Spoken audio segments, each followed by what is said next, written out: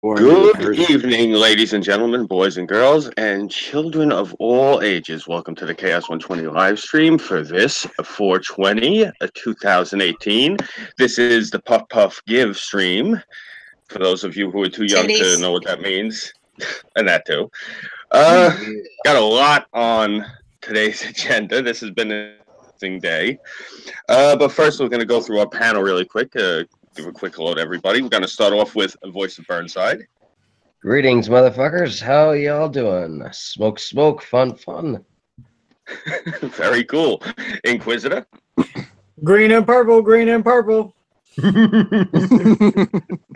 Very cool. Irving. Bonsoir, mes amis. Fumez les marijuana. Ah. Very clever. I don't Did you just say, give me your pot? I'm sorry, I don't speak for a treat. I said smoke it. Awesome. Jacob Jet. What's that? Chilling, brother. Chilling. Porpoiseful. I don't know what you want me to say. I'm not a degenerate. This is false. Rational Outlaw.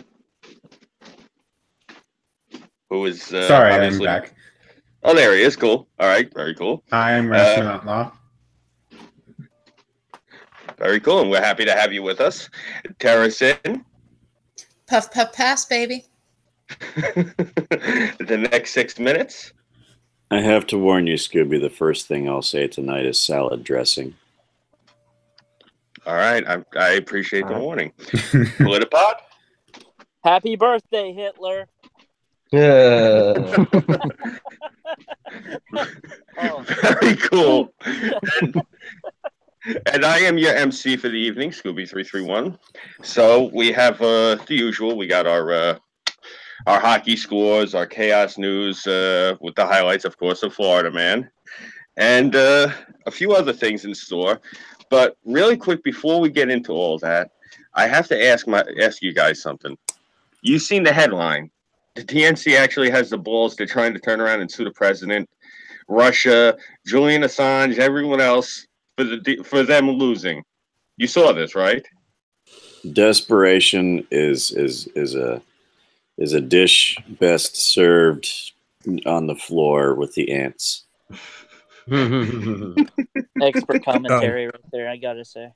This isn't a play by them to like I don't know, like win any court like sort of case or whatever. They're just trying to get means of like extra information through like court documents and shit. They're grasping at straws so hard they got kicked out of Burger King. Yeah, pretty much. Let me tell you what's going to happen in the next 2 weeks, probably. Robert Mueller's going to be fired, as he should be. I hope so. Yeah, same here. It's just more posturing by the Democrats, as always. You guys seen what my governor did? I nearly had a heart attack yesterday morning when I was getting coffee. Which Cuomo, Governor Cuomo. Okay. No, I did not see what Chris Cuomo did. No, it's the one that looks like a saddlebag, Andrew. He made it now where if you're on parole, it doesn't matter if you're a violent offender, a felon, you retain the right to vote. Well, isn't that just lovely for him? Oh yeah. And I got the picture around here somewhere. I'll show you. I don't know why they're at the conference for this, but he's sitting there with Al Sharpton and Eric Holder. Oh, that doesn't. Yay! Your face when all those convicts now have jobs thanks to Trump, so they vote for Trump instead of. My face when most people in jail are actually Republican. RIP. That's actually a real statistic. Interesting. Well, Interesting. I think it's like 58% of the prison population or something like that. Funny thing about Canada, that you mentioned this, right? People on parole can vote. In Canada, people in prison can vote. Yeah. They have polling stations in prisons, and they maintain their right to vote. Fucking Canada. Damn. That's probably the You're in gayest thing jail I've ever for heard. weed? Vote for Trudeau. He's going to legalize weed. We promise. 3 years later, where's the weed legalization? Hello? Coming this Hello? June. It's in the Senate right now. That's like the last step. So, Ooh. yeah, they're working on it. They did it all wrong, right? Like it won't be free market marijuana. Well, It's going to be Irving, completely government controlled. At least you in call my that a captive electorate. Oh boy. Sounds like all sorts of confusing and entertaining at the same time. Mm. So I what's did new say with the- salad dressing. What's new with the liberalist movement, guys? I heard you all partake in that degeneracy. Well, we're not allowed anymore because it's been trademarked. Oh, that's right. Andy Worski trademarked it, didn't he? I forgot about Fucking that. Did I join like a best of or some shit? Like, why are we talking about things that happened 6 weeks ago? Motherfucker. Yeah. You do realize I've been gone to Germany for like 8,000 years, right? I mean, you do realize that literally doesn't matter. Shut the fuck up, Porpoise. I didn't know Warski went and trademarked that shit. Yep. Worski Yeah. Yep. did trademark that. I forgot he did that. He did that, I think, right after I left for Germany. Degenerate. So you're saying if you didn't go to Germany, you could have copyrighted wrote it instead? Ooh. Yes. See, Just but like the Politipod. I don't even understand that. Like, I mean, like copyright, at least, well, as far as I know in Canada, it's automatic, right? If you can prove that you wrote that on a piece of paper before somebody else registered it, their registration of it means nothing, right? Well, you know, Worski would probably try to copyright crop signals, crop circle shit out in this field if you thought it would get aliens on Worski Live. What are we talking about? I think what Worski wants to do is he wants to rile up people. It's fucking hilarious. It's hilarious. You know, not gonna lie, copywriting crop signals is probably a good idea, especially if you want to get into the business of B-rate movies. Ooh, not wrong. Signs. You own all the royalties of signs now. They're already trademarked most crop circles in the United States. No way. That's Yeah, actually the crop circle artists. You can actually look it up. I think it's cropcircles.org or cropcircle.net or something like that. The same guys who have been doing it since the 80s, they actually started up a website. They have documented how they did it. There's a bunch of hippies from the Midwest. Oh God, that's funny. Yeah. Hey, how many people we got left? Jesus Christ. Hold on, Ecumenic vacuuming again. So I'm trying my best to muffle it, guys. I really am sorry. Okay. Wouldn't it be grand if like the aliens like finally did show up or whatever, and like they showed up in like a gigantic fleet armada, and like everybody like shit their pants came down, and they were like take us to the people who've been contacting us, and everyone looks around like what the like NASA? What are you talking about? And they go to NASA and they're like, nah, not these motherfuckers, and they show us that web page, that cropcircles.org. We're like, oh, these motherfuckers, they're over there, and they take them and they slaughter them in front of all of us, and they're like, that's what you get for intergalactic talking shit, and they just leave. Intergalactic talking shit. Oh, planetary shit posting. Just print it on the side of your planet. You know what? That would be hysterical if that, out of all things, started an intergalactic war. Was your bunch of pissed off fucking aliens who are like, all right, we're gonna kill your people that make this crop circle art because you're all sending us insulting messages. Yeah, your face when you were trying to IRL me, but you just told Zoltan his mother was a whore. I forgot who it was, but somebody I think it was NASA sent up like a probe and they shot it into outer space, and it's supposed to exit our atmosphere this year, I think. But it's got like a bunch of like old movies and like scratched in Braille type writing. Hey Scooby, can you turn up Sam's voice because I can barely hear it? I'm sorry. Are you talking about leaving our solar system, not our atmosphere? No, I said solar system. Didn't I? I thought you said atmosphere. You said atmosphere. No, if I said atmosphere, I meant solar system. Because sorry. man, that was a really slow burn on that rocket. The rocket's been burning for 40 years. Hey man, it takes its time. It's the Voyager 1, right?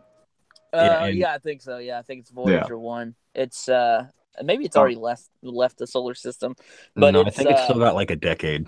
It's it's got like a bunch of shit in it that is from like the 1970s. It's got like a slinky and like a lunchbox. It's basically like a time capsule that we send into space. Yeah. Imagine when the aliens get here, they're just like expecting disco, and instead what they get is skibidi hubbidi bibbidi bubbidi, that stupid fucking rap music, and then like just fucking retarded artists like Kanye West and stuff like that.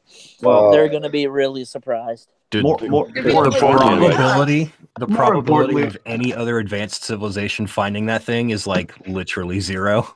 yeah, Yeah. pretty much. Yeah, I can dream, damn it. Yeah. Although I think it would be funny if by some sheer chance of luck, aliens do find it, and then they go, "All right, let's go visit these monkeys." And they come to our planet, and they're like, "Nope, intergalactic purge, kill them all, exterminatus protocol." Joke's on you. We'll all be robots by then anyway. Age of Ultron will come. I robot. Soon all that will be living is metal. Ooh, my turn to make a my turn to make a movie reference of a dystopian robot future. Terminator. Oof.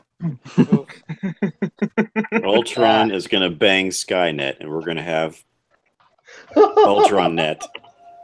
Oh god. Ultranet. Ultranet. Holy shit. So then, wait, what will the Terminators become then? They'll be Ultrabots. Ultranators. Oh lord. Alternators. Alternators? Ooh, Karen. Oh Christ. They'll give birth to the Decepticons. No, you know that's All probably right, what it boys. would be. Hey, I'll be right back. Hang on 1 second. Okay, and circling back before we get too far from it, on August 25th, 2012, Voyager 1 became the first spacecraft to cross the heliopause and enter the interstellar medium. So it's actually outside Pluto's orbit, basically, but technically still in the solar system because we have the Oort cloud and the Kuiper belt, right? Which is just space junk, but it's out there. Likely now. won't make it past the Kuiper belt Yeah, or chances the are. Oort cloud. No. I mean, people think of like those clouds of stuff as like, you know, a video game with all that shit coming at you. It's pieces the size of a car, thousands of miles apart from each other. The chances of it making it through is easy, man. It'll get there. I'll laugh if it gets hit by one of those space cars. Of course you would. Space cars. I'll just go. "Ah." So is that roadkill from the Jetsons? Yeah, pretty much. Just, yep, there goes the Jetsons. I'm curious if Elon Musk's car with that mannequin in it has the heavy metal soundtrack on loop playing. That would be so awesome. The solar system shall hear Sammy Hagar. Yet to finish that movie. That's actually a great movie. You've never finished watching heavy metal? No, I haven't. Have you seen Wow. heavy metal 2000? No, I want to finish the first one before I watch 2000. Well, yeah, but yeah, that's another thing we're fixing when I go to more. You might be a little disappointed because Heavy Metal 2000 is not an anthology. The Oh. comic that those movies are based on is where Judge Dredd comes from. No way. Yeah. AD 2000. Yeah. AD 2000 was, that's the British imprint. And a lot of people, get this, when he sold all of his, well, not all of it, most of his rights to Ninja Turtles, Kevin Eastman bought Heavy Metal. That's what he did with his money. Oh, that's fucking sweet. Yeah. That's the reason why I used to now have if you an read old- Heavy Metal, the art is amazing. It was I good. used- It was good in the past, but it's insane now. I used to have Yeah, a couple of issues of the old Heavy Metal magazine. Yeah. That's fucking I have awesome. the entire original collection. Oh, you that's lucky big. My dad bastard. was a collector, man. Yeah. Yeah, They're there's As, Speaking of collecting, I collect Barbies, and I showed Burnside some of the Barbies that I actually own, and he was about to shit himself on how much they're worth. Oh yeah. Just Queen fucking Elizabeth, for Christ's sake. No, it's insane. Like, I mean, My dad's collection of comic books is like 25,000 comic books. I'm pretty sure if I added it all up, it would be like, it wouldn't be $1 million worth of books at the sticker price. Could never sell it for that, right? But you know, if someone wanted to buy it in bulk, I don't think I could let it go for less than 200,000. Mm-hmm. Right. Nice. Even comics, like even after like the comics bust, when comics like lost literally all their value, they still maintain the cover value. Yeah, but I mean, a lot of that like was like anything from say the mid 70s, early 80s on lost their values. Stuff from like the 60s, 50s, 40s. No, they lost their collector value, but like if you bought it originally at like 225 or something like that, you can sell it again today. It's still at 225 because they're basically classified now as like back issue. Yeah.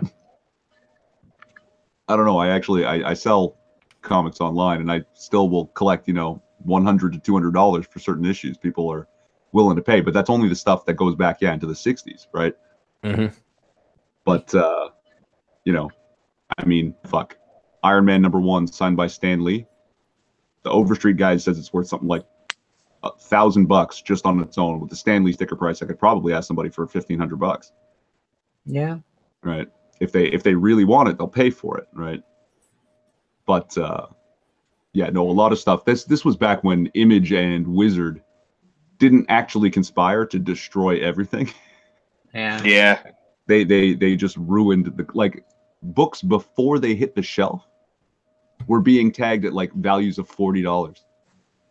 So no one ever got to buy the cover price of this, and actually it generated some value. But Wizard was just like blowing shit up. Image was putting out a new #1 issue of some bullshit every week, and they had some hot artists at the time, and people were right off the shelf spending $40-50 a comic book.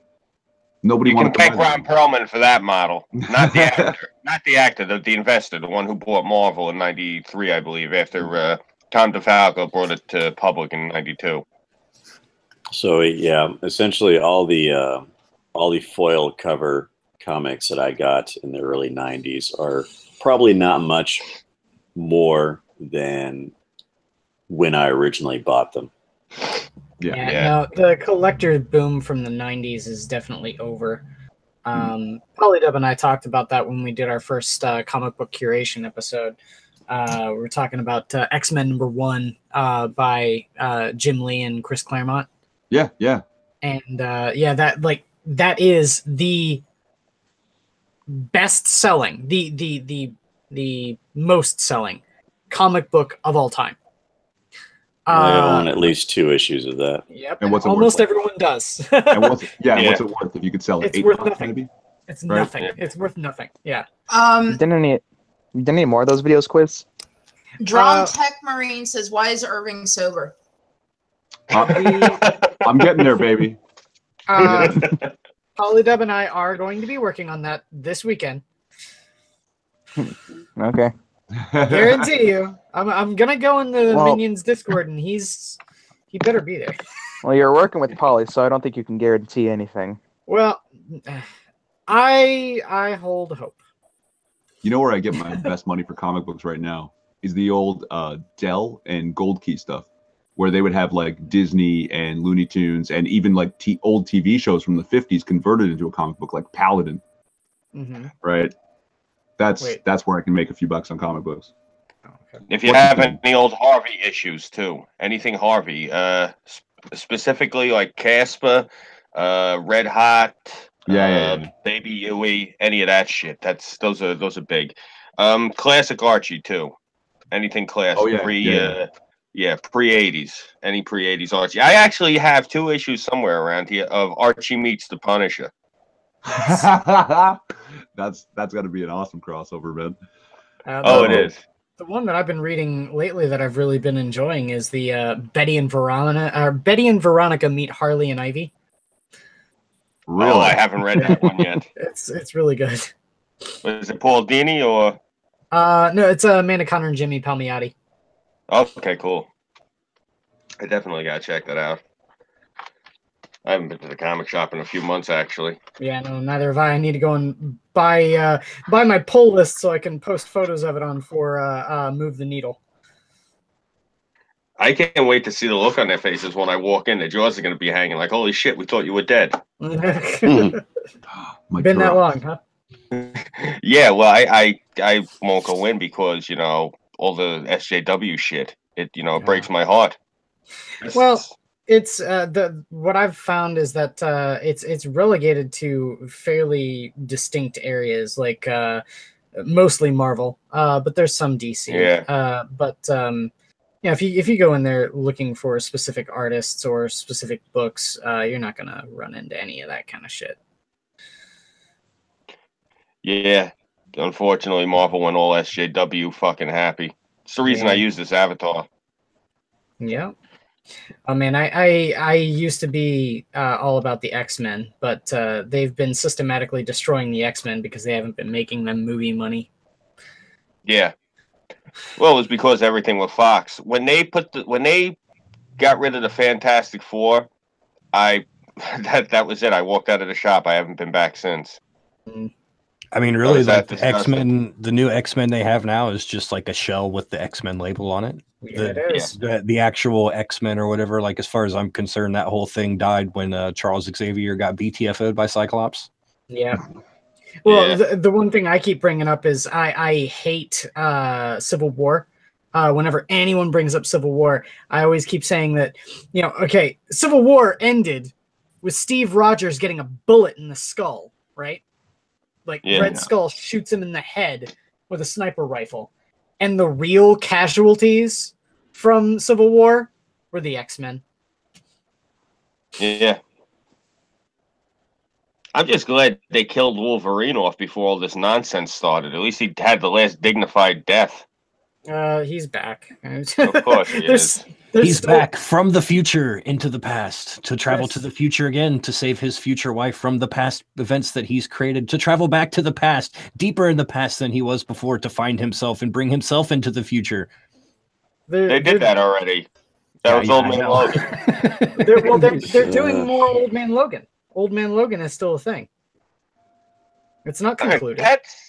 That's all right. At least it's like an alternative universe. I can at least, it's like, okay, my Wolverine is dead and I still have like my Wolverine fix. So I don't know. It's kind of like light beer.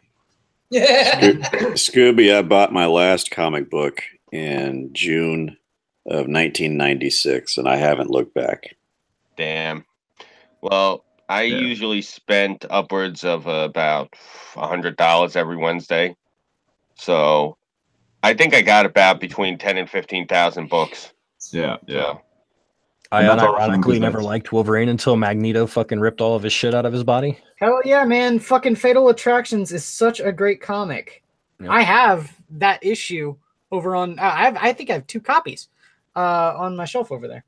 Yeah, I got the whole little series or whatever, but every time like I'd read a comic for the X-Men or whatever and it'd be Wolverine and they'd be fighting Magneto, I'd be like, every single time I was like, this nigga can literally just fuck shit up. Like Wolverine is made out of metal. He could like pick Wolverine up and like literally just control him like against his fucking will and kill everybody or do like whatever the fuck. The dude is made of metal. Like he's done shit to Colossus before, like picked up Colossus and thrown him in shit. So like it only makes sense. So like there was like a good 5 years straight where just every time that conflict happened, I was like, this is bullshit. And then finally Fatal Attractions happened. And I was like,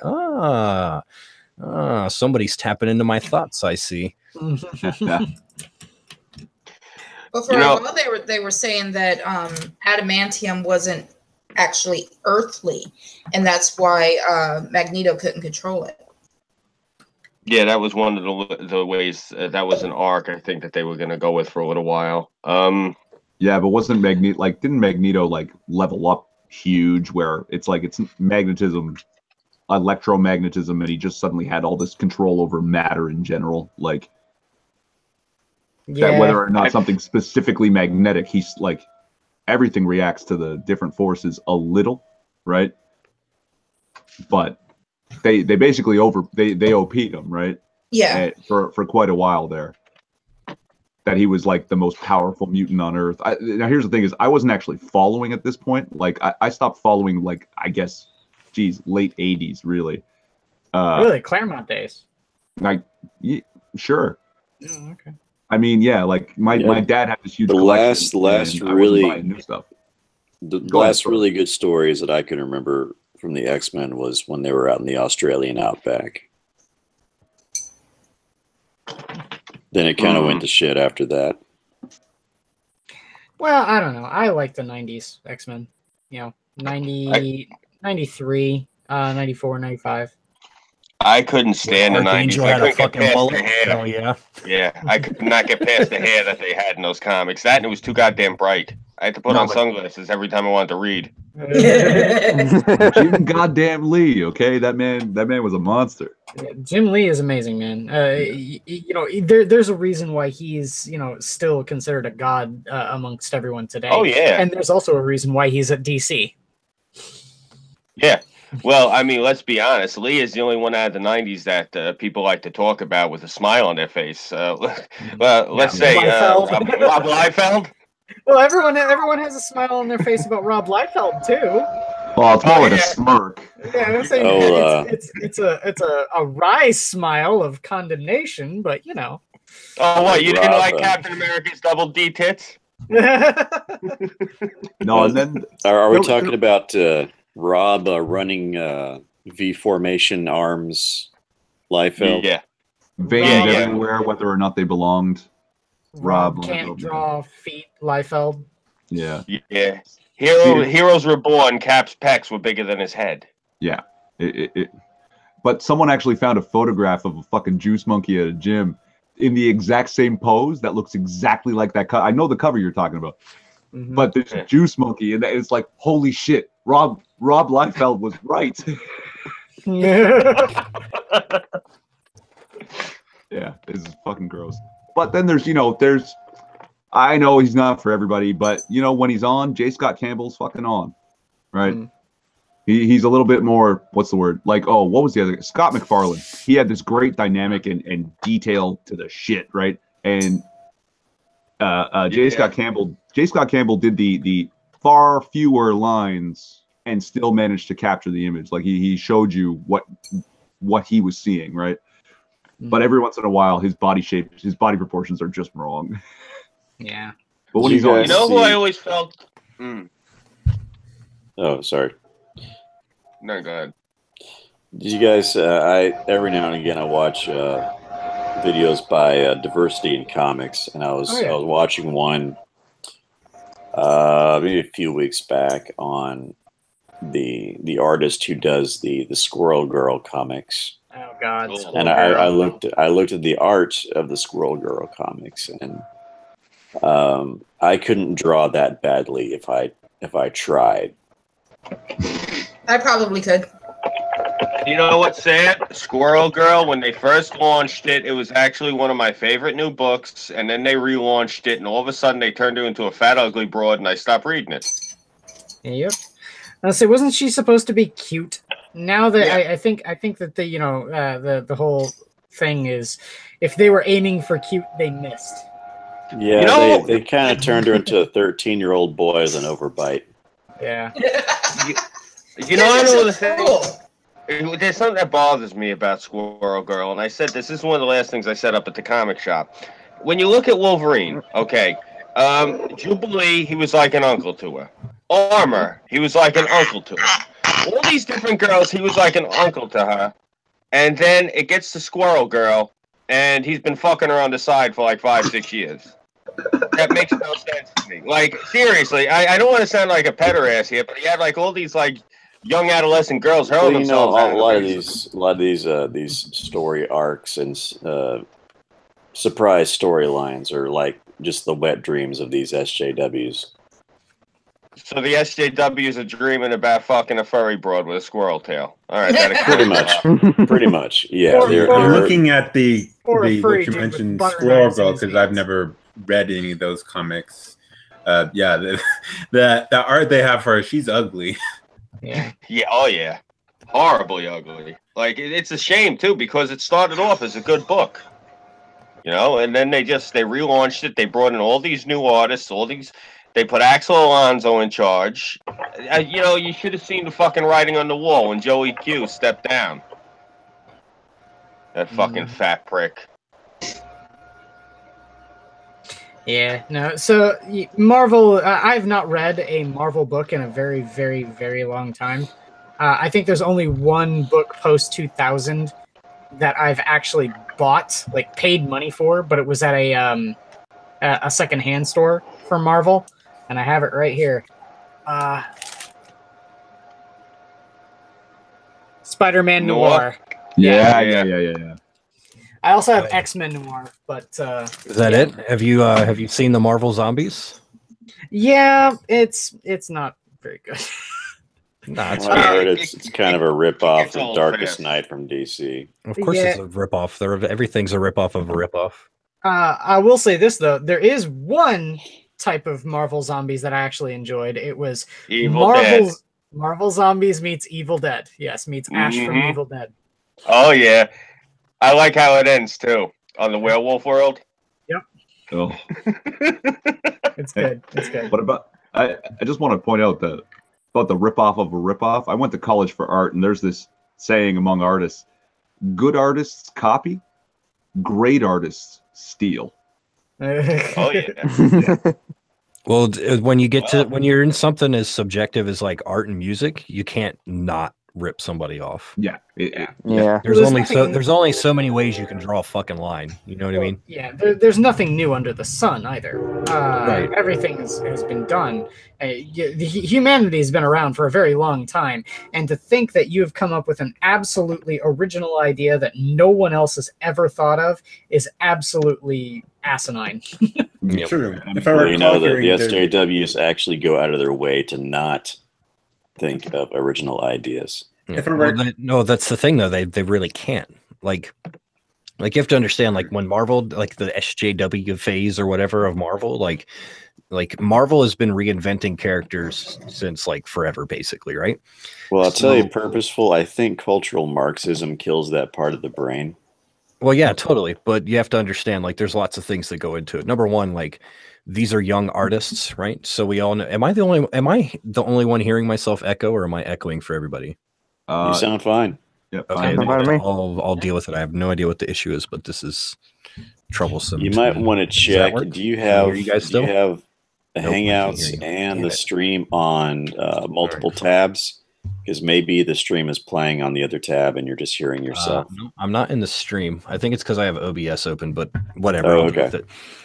So anyway, you have like new artists that come onto the scene and they get the jobs or whatever. These are people that recently came out of school. What do we know about colleges and liberal arts and arts degrees right now? Who goes into those fields, right? So those are the people obviously coming out and going into the fields of things like comic books and shit like that.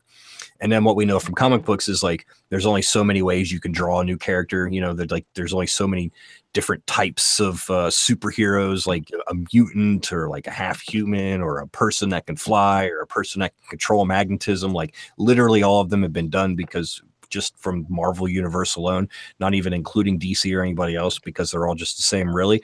But just staying limited to the Marvel Universe, like everything's been done. Everybody has the power that does literally everything. So like they're pretty much locked in. Like if they want to come and they want to be like the new artists and they want to write the new stories and stuff, just like everybody else before them has done, like in the 90s and the 80s and the 70s and so forth, they're just going to do the same thing, but they're going to put their own current social spin on the things. Like that's just why we're getting the SJW thing. Like the same thing happened in the 90s. We just happened to be like, wow, this is cool. You know what I mean? Like same thing happened in the 80s. We just happened to be like, well, this is cool. Oh, and Porpoise, Drum says it's him. He's hiding under your window, and he'll have to turn his volume down. Oh, that's cool. I'm well armed. I believe in the Second Amendment. I actually probably have more guns than I'll ever need, but I mean that's cool. I think he's there to trim your hedges. I actually did that last night, but that might be FYI or TMI maybe. I don't know. That's both FYI and TMI. Well, FYTMI. You know, Inquisitor, I wanted to mention to you, I tried reading DC recently. I can't understand what the hell is going on. I'm completely lost. It all depends on what book you're reading. Are you reading part of the Rebirth, or are you going back to the New 52 stuff? I just tried to dive back into the Batman books, and I was like, "What in the fuck am I reading?" Yeah, Batman's a bit convoluted. It's like X-Men was in the 90s. There's 1,000,000,007 books that have to deal with Batman now. As long as it's not like Spider-Man in the 90s, like the Clone Saga. Reading Dark Knight's Metal? Yeah, Dark Knight's Metal is really good. The one that I'm really liking is Doomsday Clock. That one's really cool. I got to go into the shop on Wednesday and look around. Definitely. Doomsday Clock is actually really interesting because you don't need to know any ongoing stories to get into that one. Okay. What was it, like The Long Halloween? Kind of. DC did a big crossover a while ago. I'm sure you probably heard of it. The Flashpoint Paradox. Yeah. Okay, well, the premise of that was that the Flash went back in time and stopped his mother from being killed. Well, when he came back forward in the future, everything was fucked up. Yeah. Like, instead of Thomas and Martha Wayne being shot in Crime Alley, it was Bruce. So, Batman is Thomas Wayne. And he's old and drunk and kills people. Oh, yeah, he has the was Joe Chill's gun in the glass case, and he like breaks it and almost shoots the Flash with it. It's amazing. Well, anyway, that whole thing culminated with a gigantic war between. You're just gonna leave out the best part, like what? Martha? Yeah, about Martha being the Joker. Yeah, that one's good too. Yeah, yeah, no, they're like everything's different too. Like Oliver Queen never got stranded on the island and became the Green Arrow. Instead, he formed Green Arrow paramilitary outfit. And he's an arms dealer. Oh, nice. All sorts of shit like that. It's really cool. Anyway, eventually, Barry goes back in time, lets his mother die, and goes back forward and into the back to normal time, and everything's back to normal, kind of. And that's what started the New 52 line. Oh, yeah. Where everything is still slightly subtly different than how it used to be. And then, but this was also another cleanup, right? That like DC had too many fucking parallel Earths and parallel plot lines, and they were like, okay, no, we got to clean it up, and basically an attempt to reboot the whole thing. Yeah, right. It was a reboot kind of thing, and they did it again with Rebirth. But one thing I'm really digging about it is that if you look at all the crossover events, like different crossover events. What the hell? Oh, sorry. I'm here to rattle a few cages. That's it. Yeah. that was old. What the fuck? Bob Marley, not Ben. Whoever the fucking Christmas ghost. Jacob Marley. Oh, Jacob Marley. Bob Marley. Well, it is 420. Yeah. So we're going to be visited by three spirits, man. I'm going to show you the ghost of Christmas past, man. Yeah, first get this, man. Happy Kwanzaa, praise Jah. Okay. Well, bong of time. One of the things that Rebirth did, okay, is it bridged the whole story with the previous world that was with now everything that's different about Flashpoint, about post Flashpoint, with the New 52 stuff. And one of the things that they did is they had the original Wally West, Kid Flash, come back forward through this time rift and is now inhabiting the post New 52 world with the current one. So one of the things that it is that Wally West in post New 52, he's black. And the original Wally West comes forward through that time portal. So now there's two Wally Wests. A white Wally West and a black white redhead. Yeah, white redhead Wally West and a black Wally West. Awesome. Awesome. Ebony and Ivory.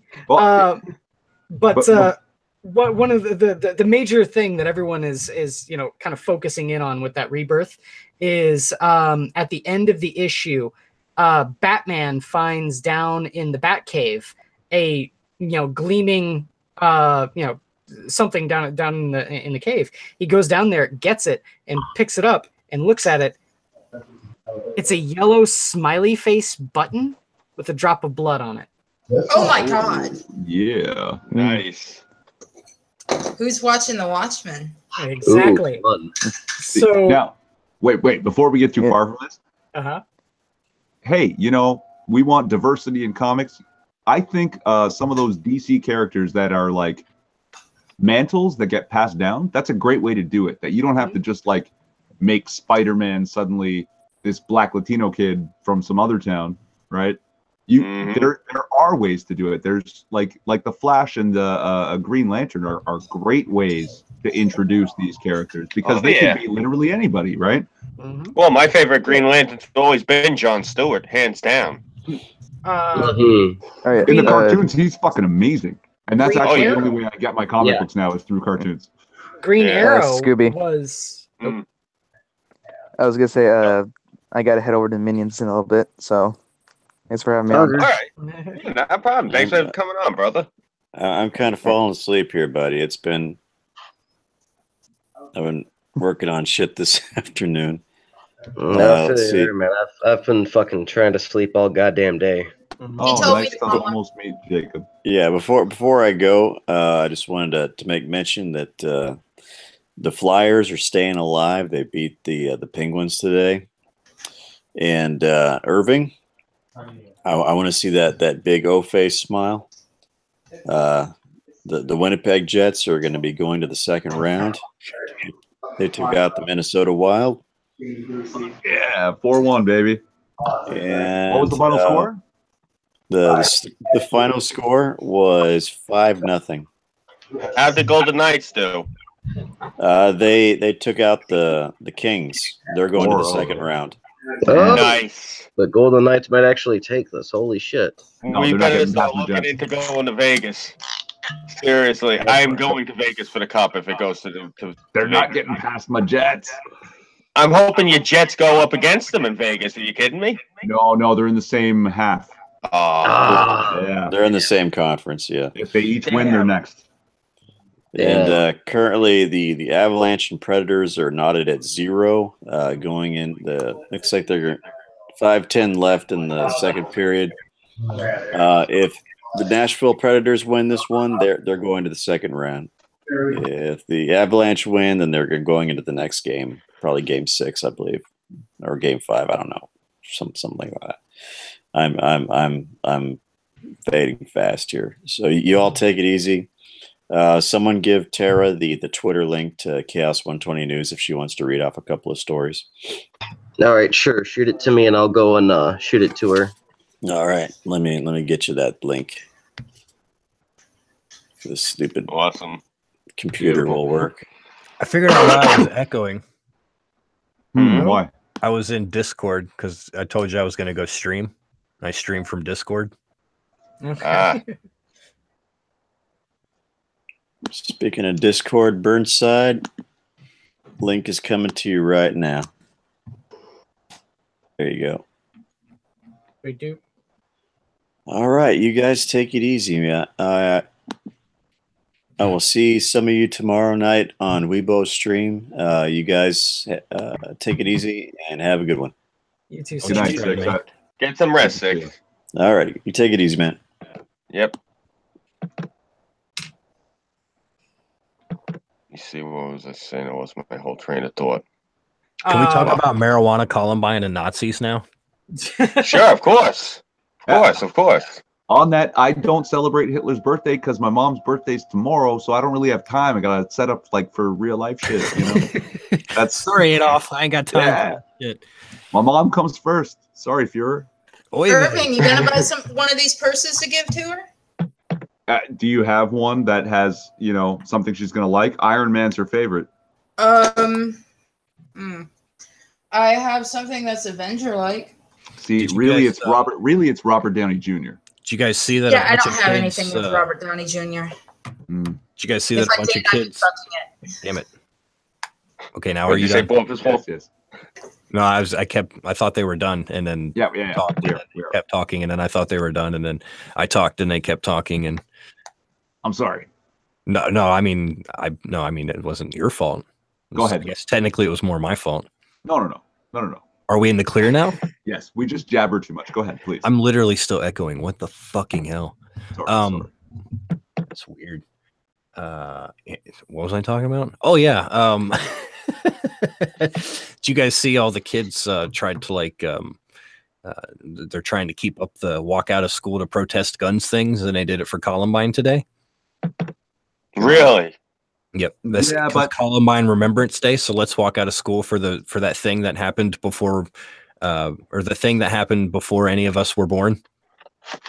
No, they all just left us go smoke weed, right? They're not fooling anybody except maybe their teachers and liberals. No. Well, no, they didn't go to smoke weed. They went outside to try to be politically active because, that's what 16-year-olds do is like be smart about politics and shit with their zero life experience.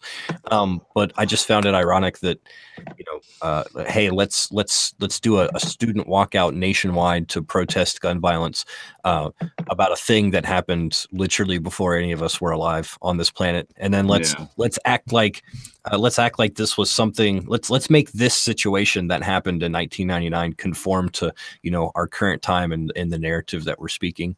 So I summed it all up pretty well in a tweet I made about it when the word Columbine was trending. I said Columbine is trending not because two kids long ago were victims of intense bullying, but because the left want to prop up the bullies and remove the Second Amendment. True story. The Second Amendment is literally so you can defend yourself from bullies. The absolute irony. Nice.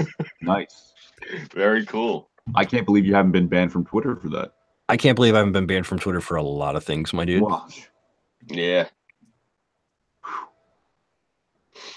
I sent something to Obama when he first was tweeting out about gun control, and right after the Parkland shooting, he goes, he said something about gun control. So I tweeted back to him, can we at least wait until, you fly into a rage over Trump erasing your legacy and mow down Michelle and the girls, then we can talk about gun control?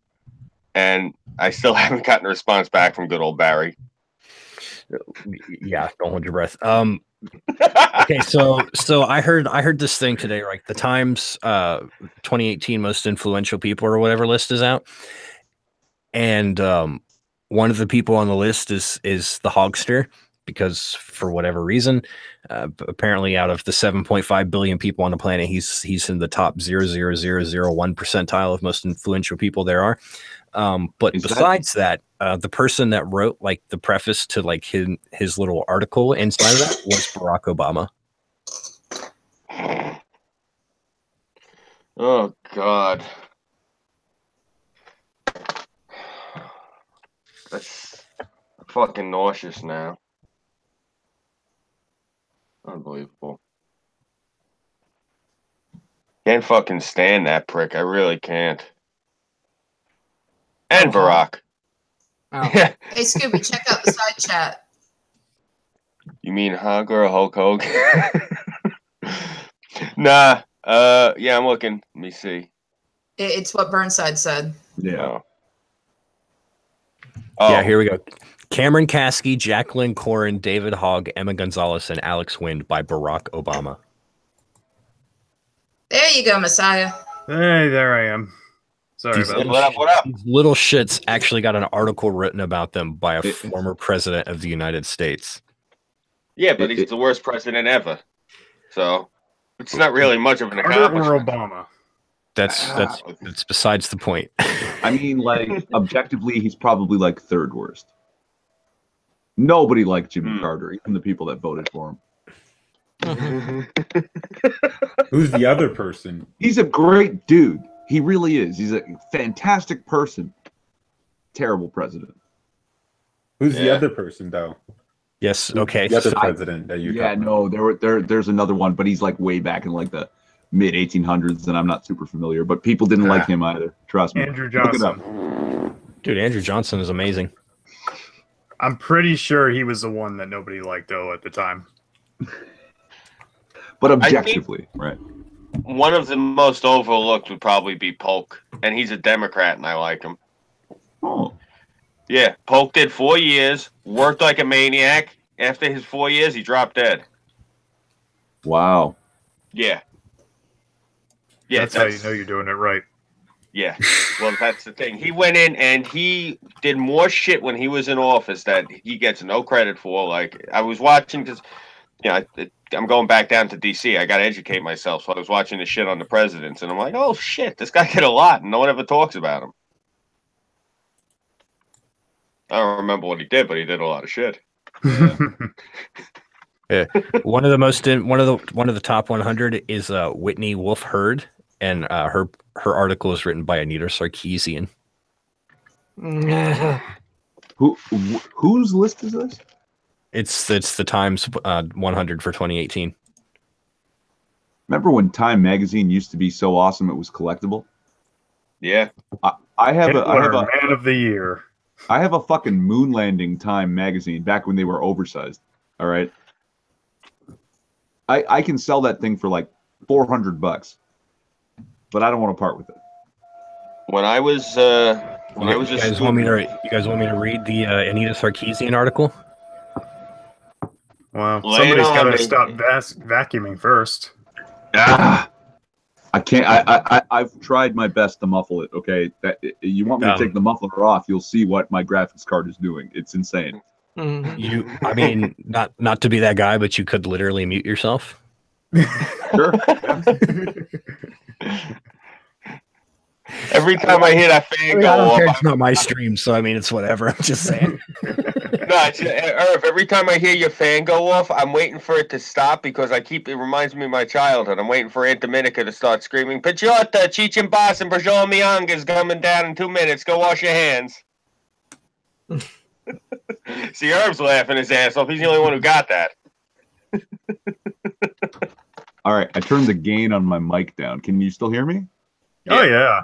The fan is farther in the background?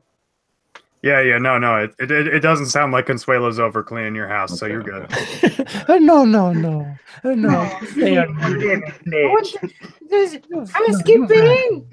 Vacuum. Oh. No. I vacuum in this room. All right. So Whitney Wolf Herd is unashamed to admit that. Oh, hold on. Let me try this again.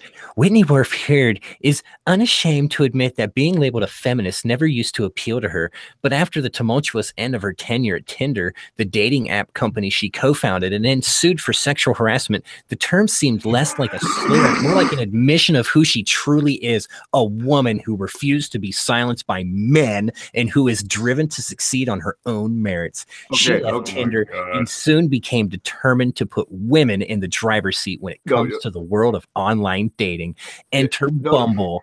The genius of this app is that while both men and women can indicate interest, only women can initiate conversation, thus drastically reducing the number of shady come-ons and unsolicited nude photos that make online dating such a minefield for straight women. Not that the rest of the internet is a picnic for women. As my own, hey, you don't interrupt me when I'm being a woman. All right, you fucking misogynist. I don't need mansplain to. As my own experience with harassment can attest, some might doubt Herd's mission, but they certainly can't argue with her success. Bumble, which is run by a majority female executive team, diversity, is now reportedly valued at over $1 billion as one part of a global effort to make the web more responsive to women's safety, security, and enjoyment. I can't help but stand up and applaud. So wait, it doesn't allow men to start a conversation with... No. Yeah, it doesn't. So it's like that's a lawsuit waiting to happen. Even if it's a dumb lawsuit, it'd still be a lawsuit. If you want a sub anchor for 6, you have to leave reasonable space where people are going to have comments. Please. Look at me. Look at me. This woman. No, look at me. I'm 6 now. Look at me. My stream now. This woman created the platform for, hey baby, you want some fuck? And then freaks out when the guys are going, hey baby, you want some fuck. What? You want some fuck? I got you blue.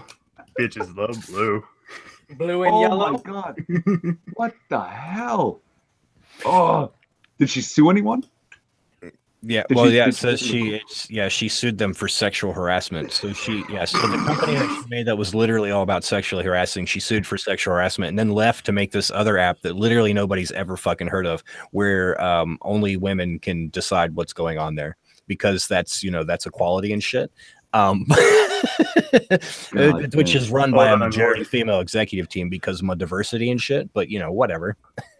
Let me go in the App Store, see how many downloads this has.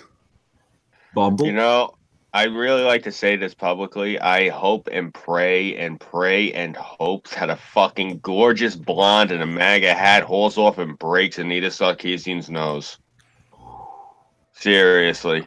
I cannot stand that fucking bitch. All I gotta say, Scooby, Yeah. you might want to take that back, man. That's a daunting task. Have you seen the size of her nose? Yeah, seriously. It reminds me of this joke my brother used to say. I'd break your fucking nose, but I only got 2 hands. Nice. Oh, 27,000 ratings. All around 4 stars. For Bumble? Yeah. Man, what fucking cocks. Let me see how much Tinder has by comparison. I bet you all those ratings are located either in San Francisco or Manhattan. Oh, probably. Oh, wait a second. I see why now. It's the first advertised result for a dating app on the App Store. These disgusting people. I'm sorry, I can't stand them. I see them all. I've been seeing them all day dealing with these fucking government buildings. I can't stand these liberals. I'm sorry. I was at the Department of Social Services. I have to go in there just to tell them that I'm me and that I'm not receiving benefits from them because people keep stealing my identity. Because my name is Spanish and no one has identity. No one has ID in this friggin' city. So yeah, I keep getting bills in fucking Spanish and Portuguese and shit, and I have to go down there every month just to prove it's me. I have to bring 3 forms of ID and my social security card and sit there for 45 minutes and talk to somebody and get my prints taken every 30 to 90 days, depending. It's fucking ridiculous. But it's cheaper not to build a wall.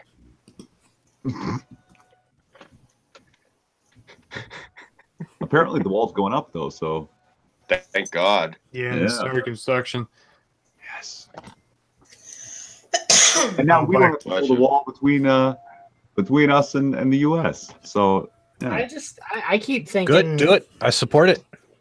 I just keep thinking that we're building it on the wrong border. I keep saying that it should be on the border with California.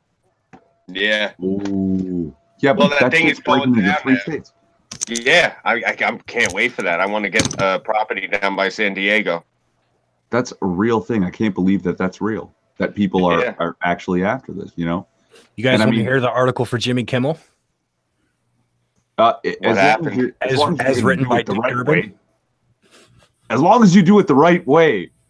Okay, I'll do it the right way. Jimmy Kimmel. Who wrote this? No, He's a funny what man. I'm talking about, all right.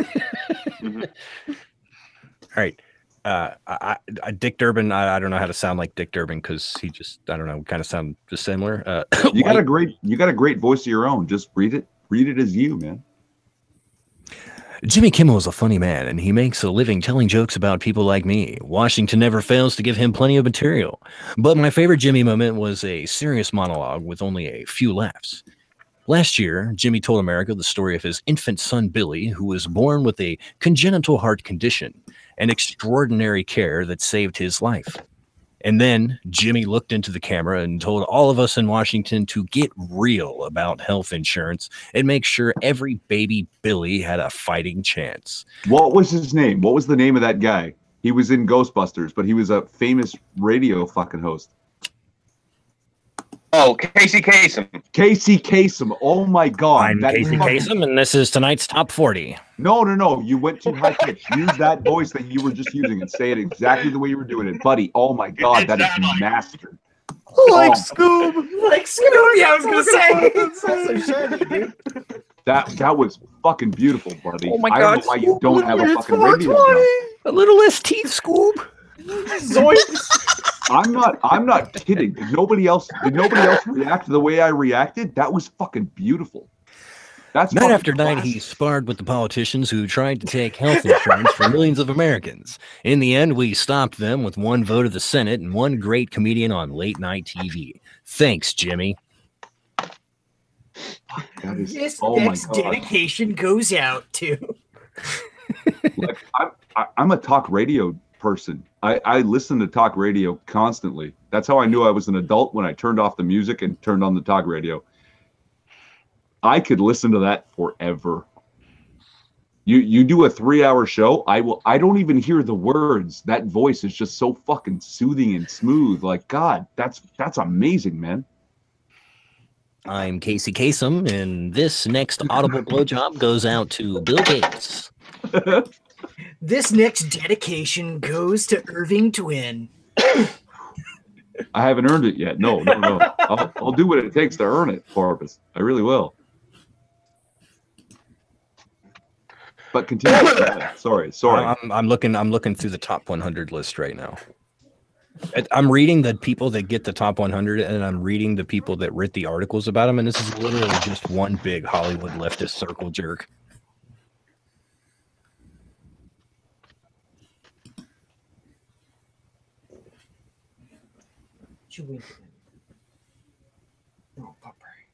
Jeff Bezos.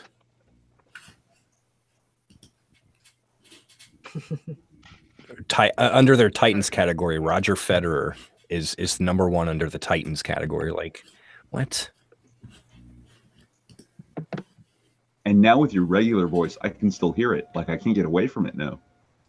I'm in your mind. Yeah, you really are. Like, holy shit. Yeah.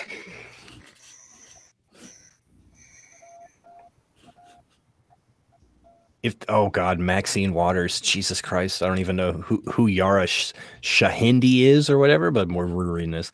Congresswoman Maxine Waters of the 43rd District of California, aka Auntie Maxine, has made my generation proud to be nieces and nephews. She is adored and admired by people who care about social justice and is oh so eloquent in letting the world, particularly the white men of Congress who dare test her acumen, know that she is not here for any nonsense. From, quote, reclaiming my time to leading a movement to, quote, impeach him, she says what many of us are thinking, and she reminds us that we are worthy of any space we occupy. You would think that 41 years of public service would make Congresswoman Waters tired, but her laser focus is unmatched.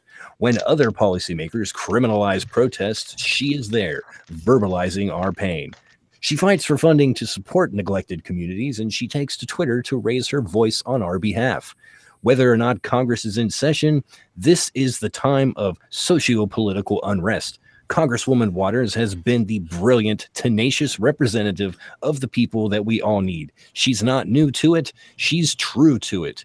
And this dedication goes out to Maxine Waters.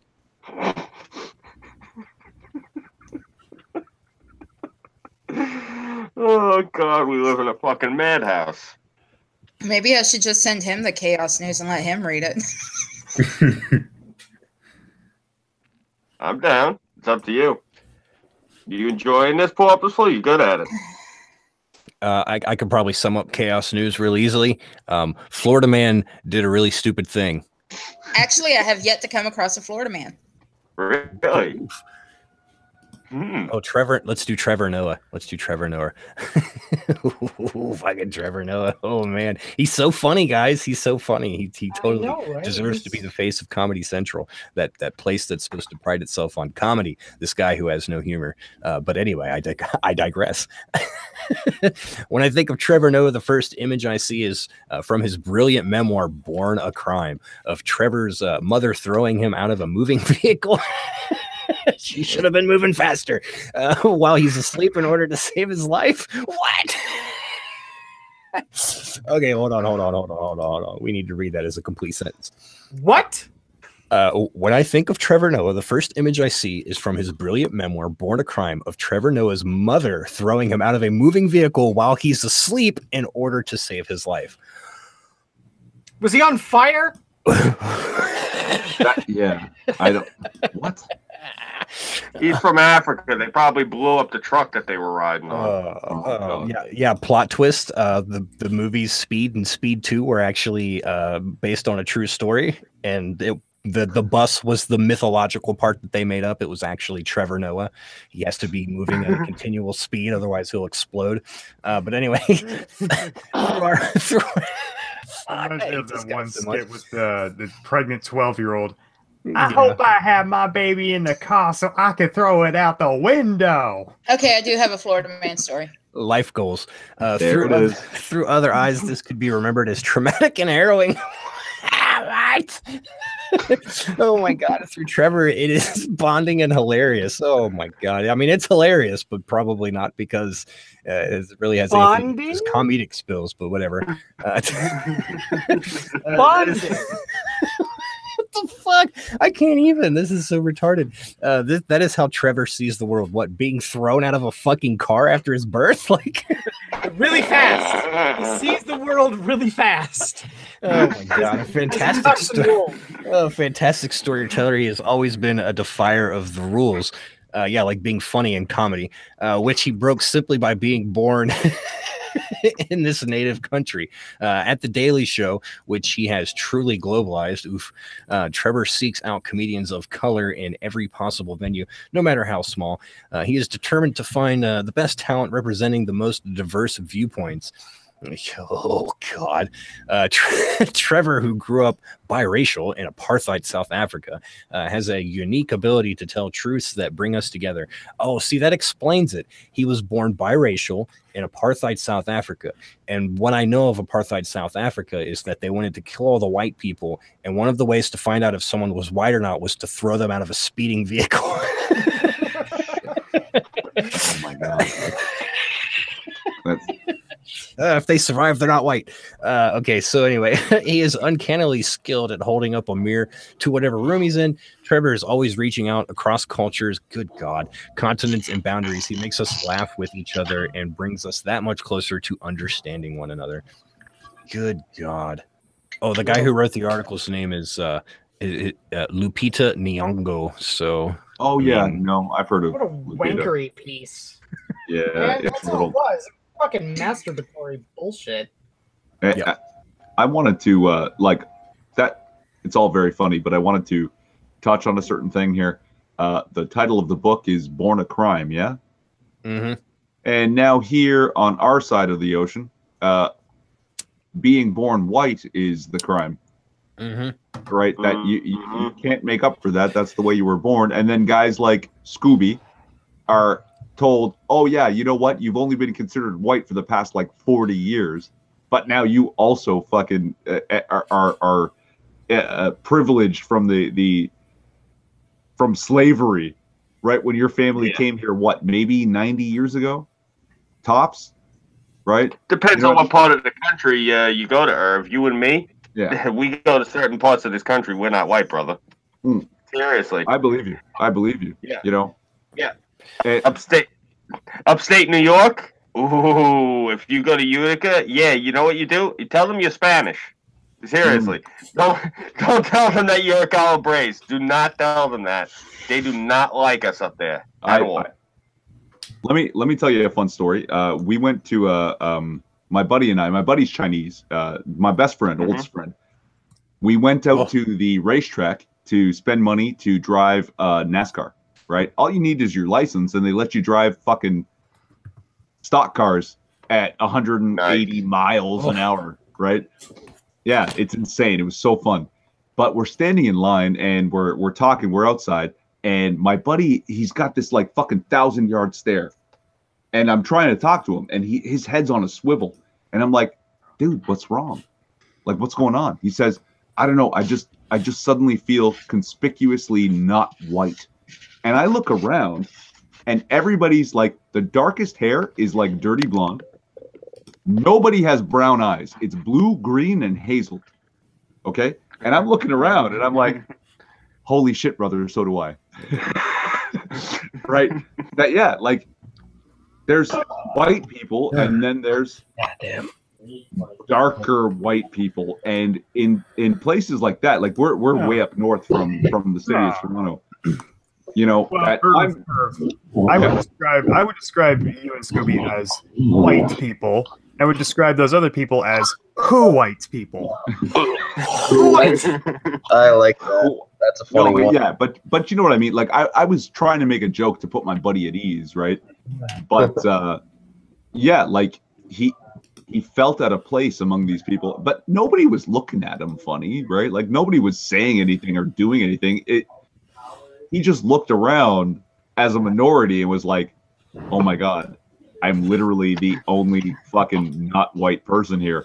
And I realized, yeah, no, shit, compared to these people, I'm not white. I understand why we weren't considered white for the longest time. It's just it's weird, but yeah, now we get lumped into that same group, and it's like, dude, like, how am I benefiting from slavery? My people were serfs 50, 60 years ago. You know, like my dad was born on a farm that somebody else owned, and yeah, like what the fuck are you talking? Anyway, sorry, just yeah, more. Sorry, that was too funny. I was just.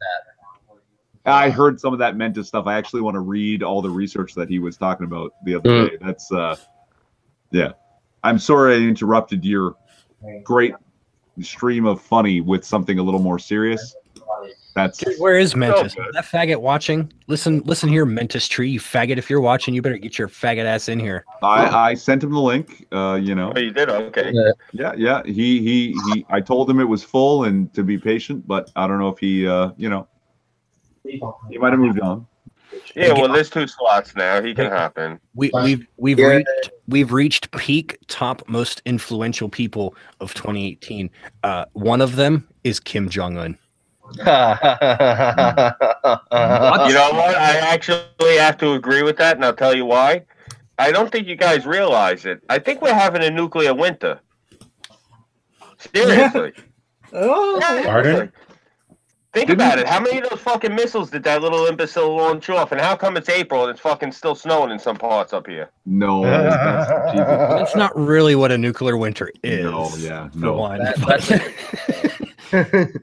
Okay, so effective. Your nuclear winter only make regular winter. Ha ha ha. Very, very terrible communism.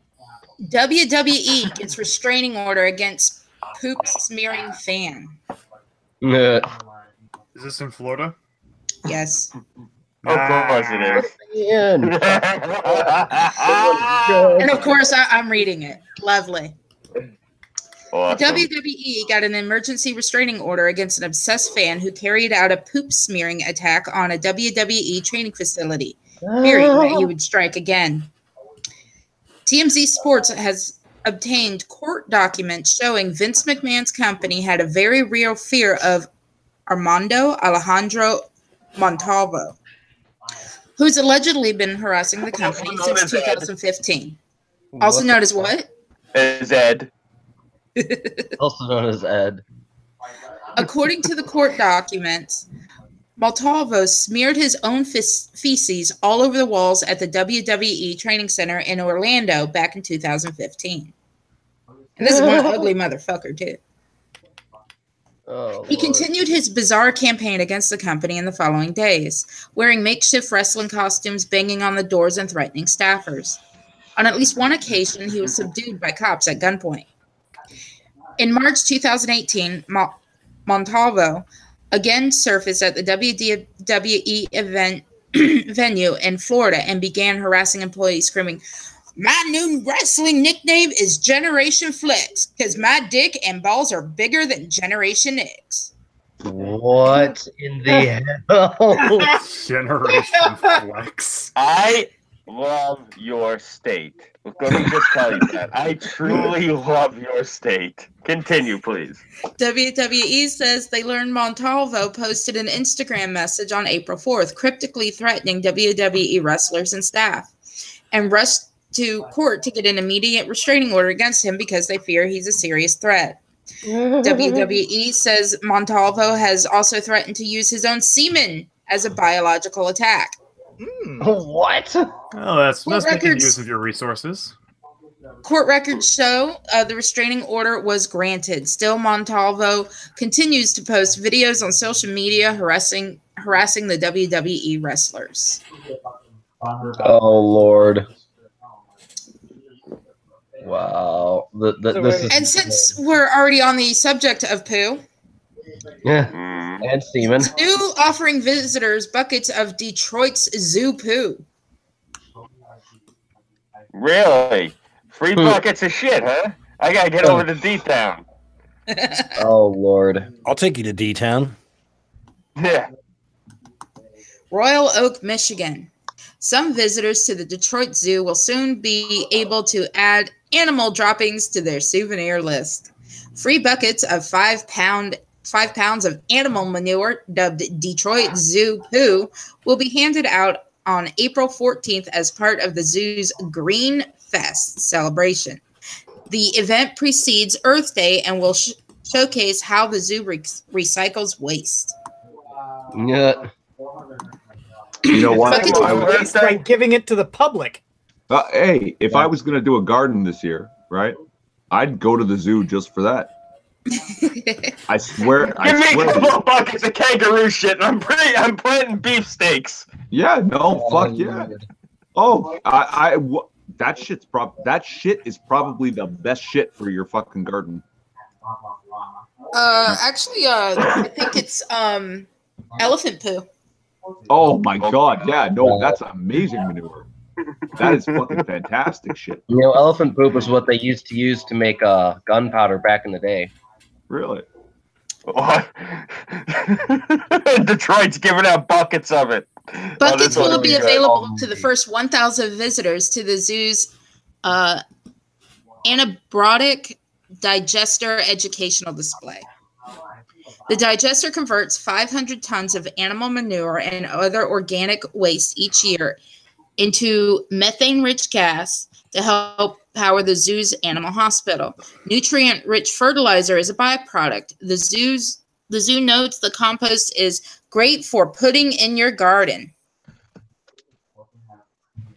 Greenfest is part of the Detroit Zoological Society's effort to improve green practices and facilities at the zoo in Royal Oak, north of Detroit. Those idiots should know that they're essentially handing out one of the most ancient formulas for explosives and or gunpowder, and this is probably going to quite literally backfire if somebody figures that out. Backfire. Dumbasses. Father handed gun to 14-year-old son to take blame for murder. Duh. What a great dad. That's Father of the Year material. I see a little silhouette of a man. Well. Sorry, that was just immediately. A father accused of shooting dead a man on his doorstep placed the murder weapon into his 14-year-old son's hands for him to take the blame, jurors have been told. Preston Crown Court heard 50-year-old Matthew Morsley, who denies murder, sought to manipulate his son, Thomas, into saying he was the one that pulled the trigger and killed Lee Holt outside their family home. The 32-year-old victim was shot with a Beretta semi-automatic shotgun on October 25th of last year.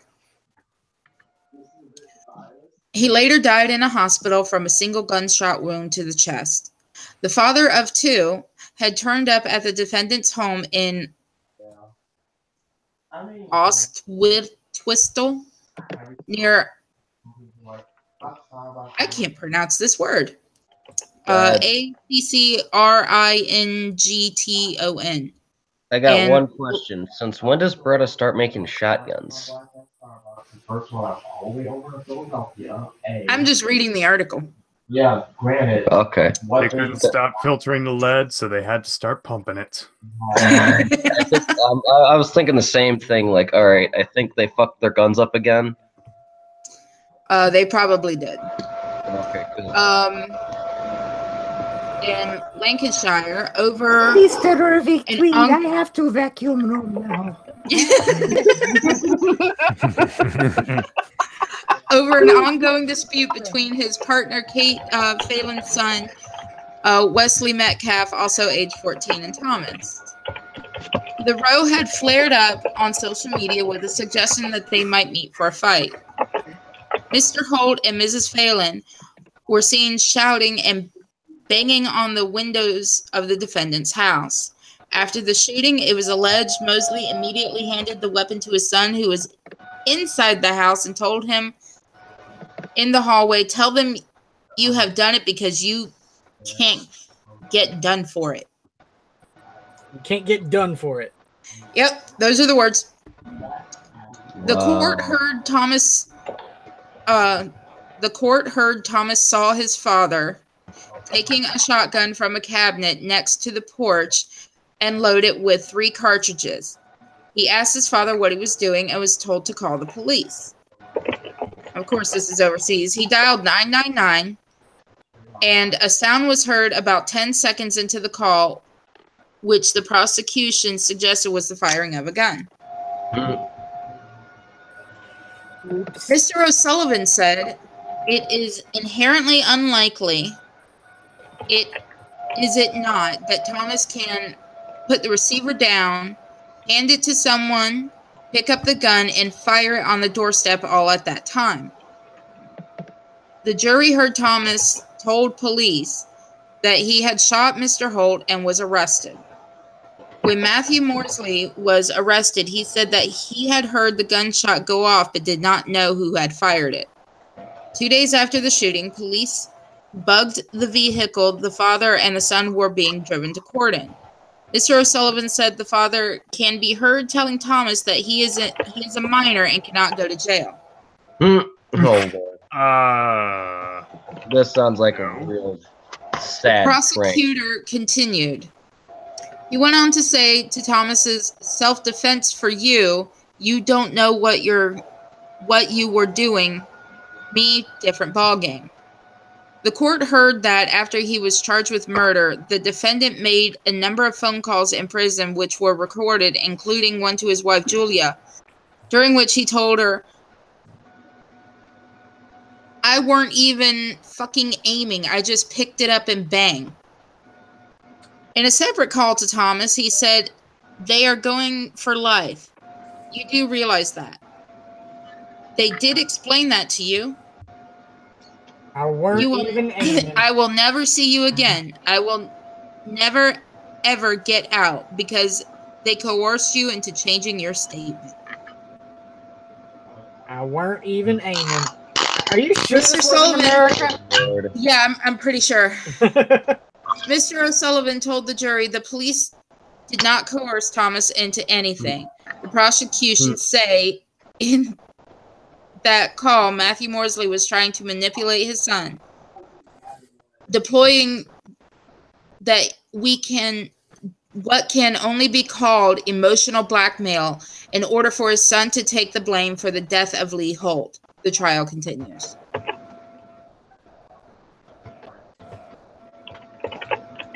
I go vacuum over in this corner now. You know, it's kind of funny. Before, like, Irving explained what that sound was, I actually legitimately did think that his name was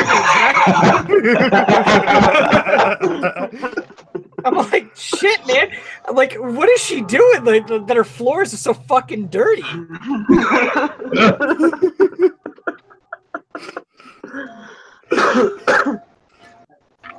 Oh, God. Okay, police department going viral for undercover 420 operations on marijuana-themed holiday. Oh, God. Oh, Lord. So what idiot kid thought that they were above the law this time?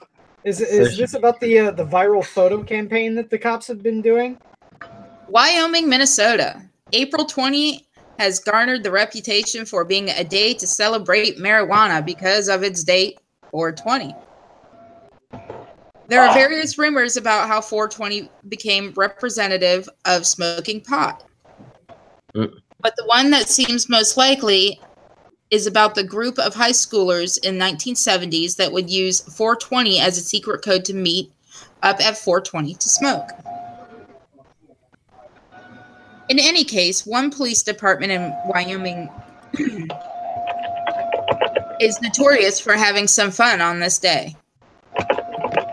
No, no, no, no, no, no, no, no.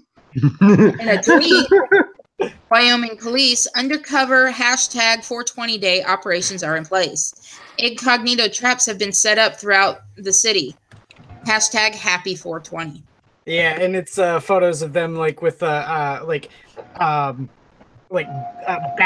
traps with like Cheetos leading up to the opening. Yeah, I've seen that. The department says undercover 420 day operations are in place with incognito traps set up throughout the city.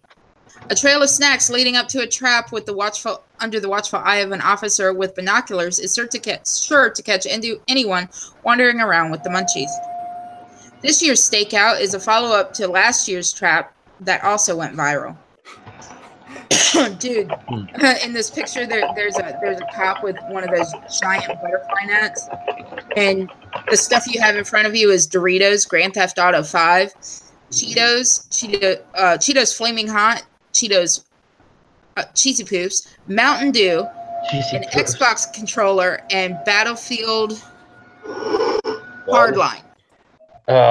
Now, because of our current culture, when you said trap, I thought that they literally had a dude in drag offering weed out to some stoned individuals.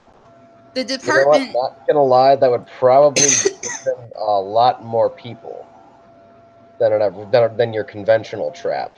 Yeah, I mean, it's just some dude in a skirt saying, "Hey, honey, you want to buy some weed?" Oh, I could see that working. Or like if for their undercover agent person thing, they just had a trap. Just going around like, hey, I hear y'all like to smoke pot and do other things, wink, wink. I could see people falling for that real easily. The department did, on a serious note, hey, Cass. if you or a loved one are having issues with substance abuse, please feel free to contact us so we can point you in the right direction to get some help. That does not mean jail time. They also posted a list of resources. What sounds like a fucking World War II siren over here? Are we being No,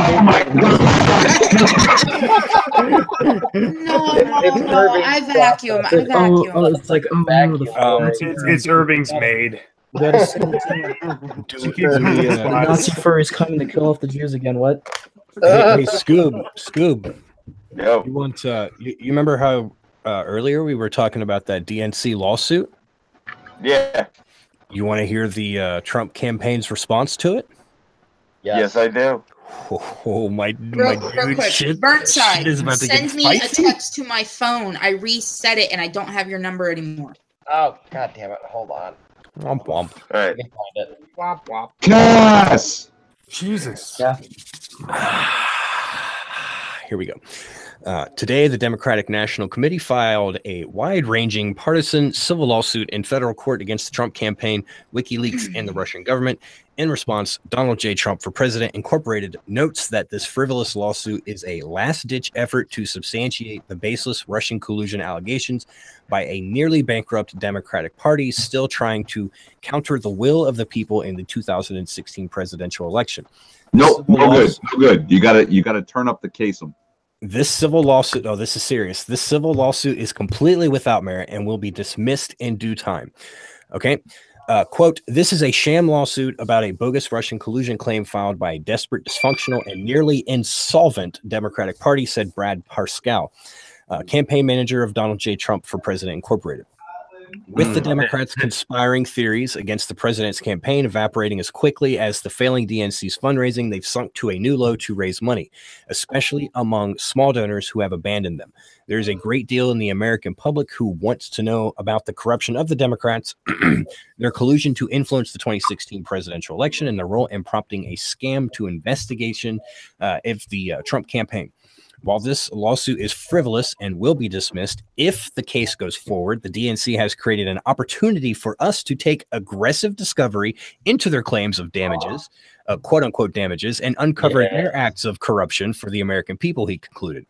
If the lawsuit proceeds, the Trump campaign will be prepared to leverage the discovery process and explore the DNC's now secret records about the actual corruption they perpetrated to influence the outcome of the 2016 presidential election. Everything will be on the table, including how the DNC contributed to the fake dossier, including using Fusion GPS along with the Clinton campaign as a basis to launch a phony investigation. Why the FBI was never allowed to access the DNC servers in the course of their investigation into the Clinton email scandal. How the DNC conspired to hand Hillary Clinton the nomination over Bernie Sanders. How officials at the highest level of the DNC colluded with the news media to influence outcome of DNC nomination. And management decisions by Debbie Wasserman Schultz, Donna Brazile, Tom Perez, and John Podesta. Their emails, personal decisions. Holy shit. I have got a violently patriotic boner right now. Yes, and unironically, here's this up the Star Spangled Banner, and it would be louder than Irving's processor. Right. So all this happened today, right? This the DNC started this today.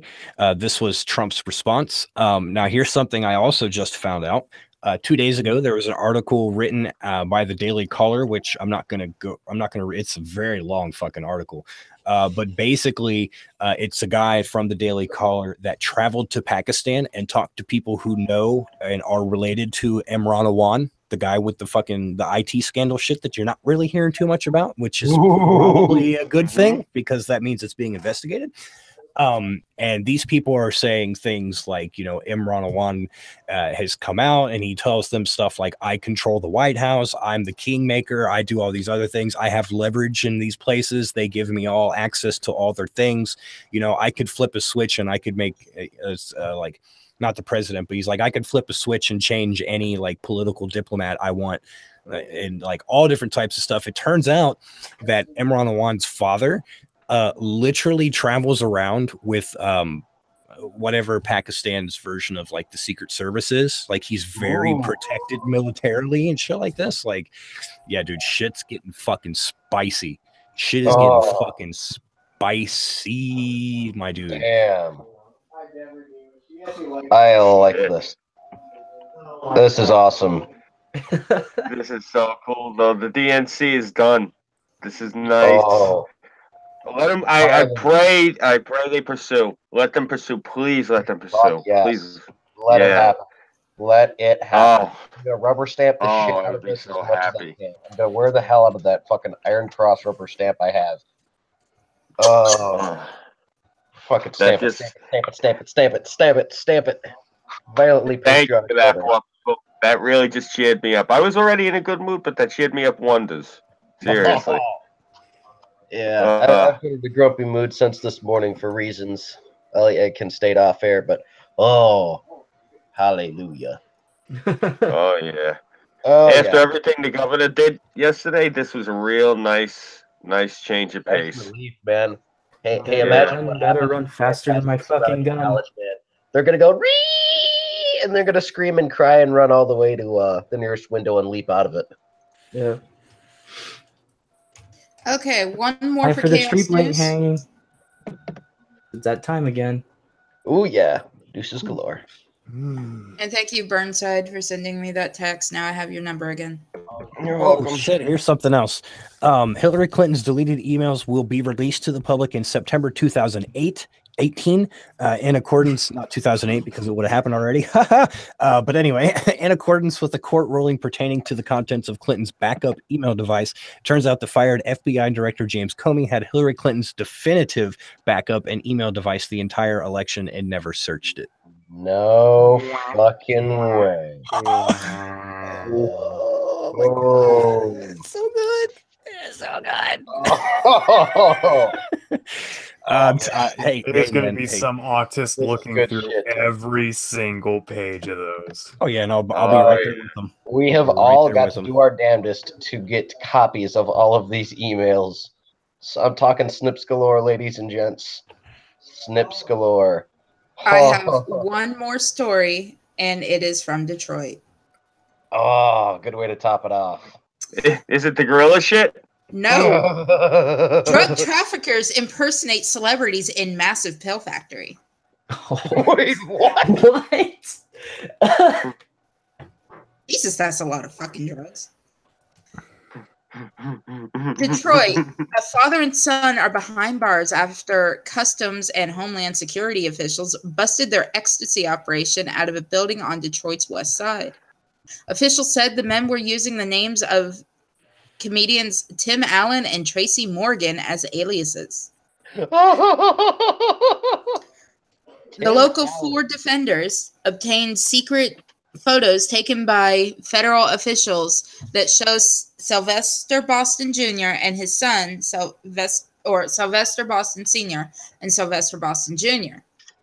On paper, the pair ran SMB computer repairs on Detroit's west side, but in reality, the only chips coming out of the computer shops were potato chips bag filled with illegal party pills known as BZP or ecstasy. Wow. This is really something, local Ford legal expert Jesus. Rockland said. You look at the level of sophistication and attention to detail that, in a way, almost could have been written in a Hollywood script. The police said the Bostons opened phone lines and ordered drugs and paraphernalia in famous comedians' names. It drew the attentions of customs agents who noticed packages full of white powder addressed to Allen, a Michigan native and movie star. Shit, I didn't have time to mute and fucking. Oh, Jesus. Don't worry, it's fine. Caught me off guard. When officials inspected the package and found ecstasy, a full-scale investigation was opened. And they discovered Morgan, best known for his roles in Saturday Night Live and 30 Rock, was also being used as an alias. Multiple shipments were made in his name. I suspected that the use of Tim Allen and Tracy Morgan was not an accident, Rockland said. Either one or both are fans of Tim Allen, and Tim Allen is from Detroit. An expensive pill press was ordered from China, and Morgan's name was signed on the receipt. Officials said the pills had memorable designs such as airplanes and McDonald's arches. Oh my God. Customers loved the operation, and federal officials called it a massive pill factory. Dude, you should see the picture of all the fucking pills. Kids love them too. Give me some candy. Oh, Lord.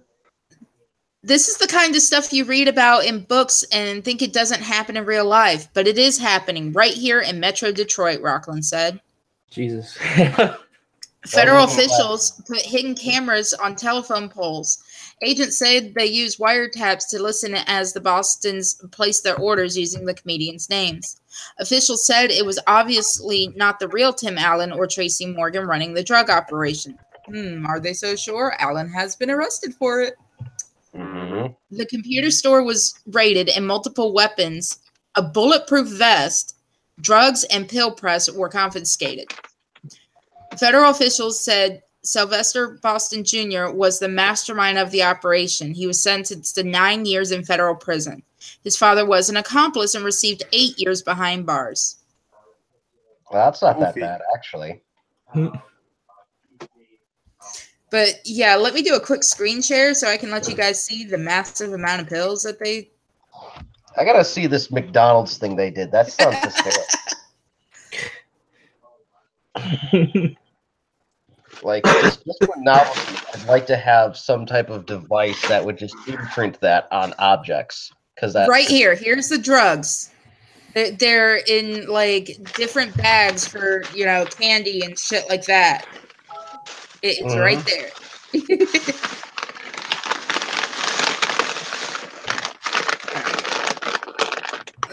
Mentis, what's up, brother? Hello.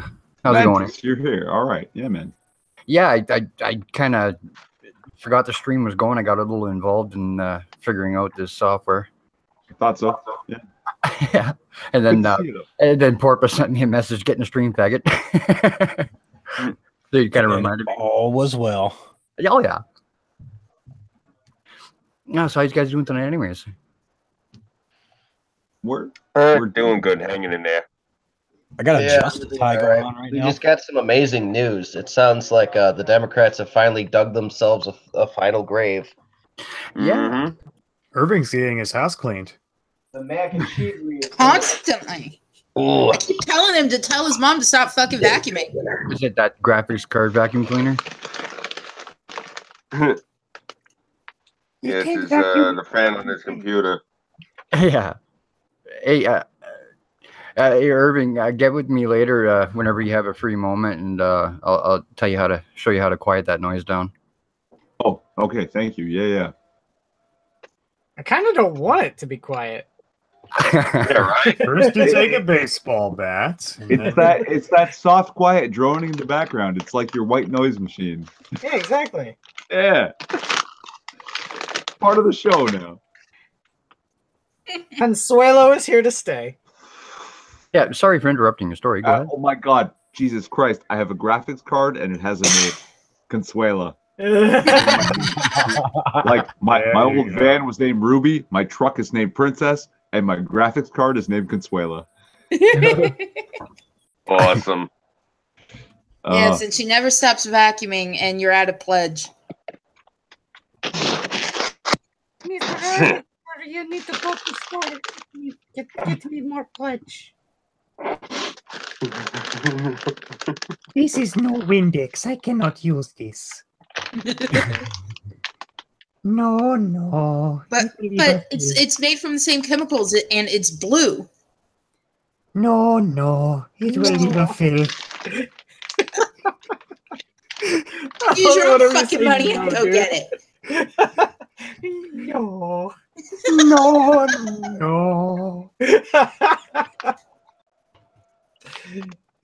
my God. Okay, so that was all the Chaos 120 news that I saw that had not been read. And I hope I made Ryder happy by reading his WWE story. Yeah, but I've sort of been trolling the shit out of him because of his grammar in the chat. So. WWE story. I'm trolling the shit out of him because of his grammar in the chat. Oh, someone's listening to the stream live. I'm sorry, senor. I forgot to put my headphones in. I was listening to Enrique Iglesias, and then it just popped up. Well, this is Enrique Iglesias. Excuse me. Enrique. I you guys ever have this shit? Australian licorice is pretty good. I think I might need to borrow that voice. We've got nice. We've got a guy that is on the Minions quite often. I think he's on there tonight. Polydub. He and I do a show together called Comic Book Curation. We've only got one episode out right now, but our next episode is going to be on America Chavez. Oh, that piece of crap. Oh, yeah. Specifically issue 3. So WikiLeaks is literally shitposting the DNC right now on Twitter? Oh, yeah. Oh, yeah. WikiLeaks' response to being sued by the DNC. This is super unprofessional, but this is great.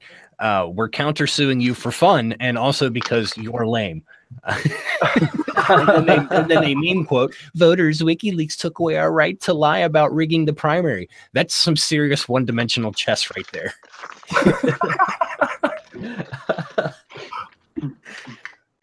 Oh my God, this is great. I love this timeline so much. Oh, I know. Seriously. It's like a slow motion watching a Canadian try to fucking gather control over an icy road on a car crash. You think you might have it, but probably not.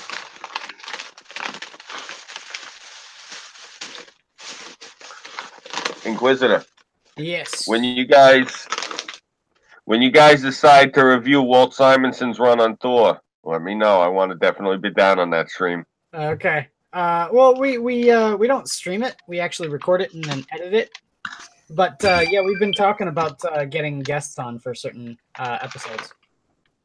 Yeah, you know the one I'm talking about, the one from like the late 70s, early 80s. No, I've never read that. I was never very big into Thor. I lucked out because the old man who owned the comic shop retired, and he put everything in the quarter bin. So I went in there with like $100 and just cleaned him the fuck out. That's fucking awesome, dude. Yeah. Yeah. I do the same thing to, like our half price books. I go in there specifically just to clean out all of the Volume 2 Green Arrows. Nice. You know what somebody beat me to? I was really pissed off. I literally went to the ATM and came back, and the kid got them all. Some asshole just brought them in, and the guy didn't want them, so he threw them all in the quarter bin. The entire run, every issue, Green Lantern, Mosaic. Nice. Yeah. I was annoyed, but then I seen how old the kid was, and I'm like, you know what? Fuck it. Good for him. Let him go home and read all of them. Now, say speaking of Green Lantern, I never really read the Green Lantern, but I actually put Hal Jordan in the Green Lantern Corps on poll last time I was in my comic store because of Ethan Van Sciver. I really like his attitude, his his YouTube channel is fucking great. Comic Artist Pro Secrets, all sorts of stuff like that. So yeah, I've put his stuff on poll simply because of that, and his counter to the very, very divisive diversity in comics. You know what I'm saying? Yeah. If you ever get the chance, you never read, I think it's at Volume 3, Green Lantern, issue 48, 49, 50, the Emerald Twilight arc. That sounds familiar. That's the one where Hal Jordan goes completely insane and slaughters the Green Lantern Corps and the Guardians and blows up all. Yeah, when he becomes like the Green Lantern god. Yeah, exactly. I the only reason why I know about that is because it's sometime after that when Oliver Queen ends up dead. I think it was he was atomized by Darkseid's own mega beams, and Hal Jordan, after getting all of these this immense power from having all of the Green Lantern rings, comes back to Earth, goes to Oliver's grave, and brings him back to life, and that starts the Kevin Smith run of Green Arrow when it was Connor Hawke was still Green Arrow at the time. And Oliver Queen comes back as this like bum fighter, fighting vigilante who has absolutely no memories of who he is, but he has like the muscle memory of being a crime fighter. So and Alex Mack just got arrested today too, and being charged in that sex trafficking ring. Wow. It's like hitting the lottery, except they don't get no money. Damn, dude, I've never been a fan of 420 because lol my stoner memes and shit, but this is really shaping up. This is really shaping up to be a good day. Something to celebrate. It's after yesterday, even one piece in the news that you gave me would have made up for it. So this has been nice. I can't believe that fucking prick. Oh, well, you're out on parole. It doesn't matter. Oh, okay. You still got another 5 years on parole. You can still vote. You got locked up for murder. You're going to go back again and go back again. I wouldn't mind, but, the makeup of what we have already in jail, they're almost 90% Democrats. So I know what the fuck he thinks he's doing. What they'll do is they're going to sweeten every deal with prison. Something to the prisoners will be the caveat on every single thing now that they put up. That's fucked up. Yeah, it really is. That's why I hate the Democrats so much. Look at what they did to Cass's state, and look at what they're doing to mine. Yeah, look what they did to Burnside's. Look at what they did to my country, man. We're having fucking internal trade wars, right? We're fighting for free trade with your country. We don't have free trade among our provinces. Like, only mentions is gonna understand this, right? Yeah. Yeah. One of my favorite obscure things about the Canadian Constitution is the fact that there's a provision in it that allows, or it's in what passes for their Bill of Rights, right? Fuck you, but yes, you're not wrong. there's a specific right given to the population for free travel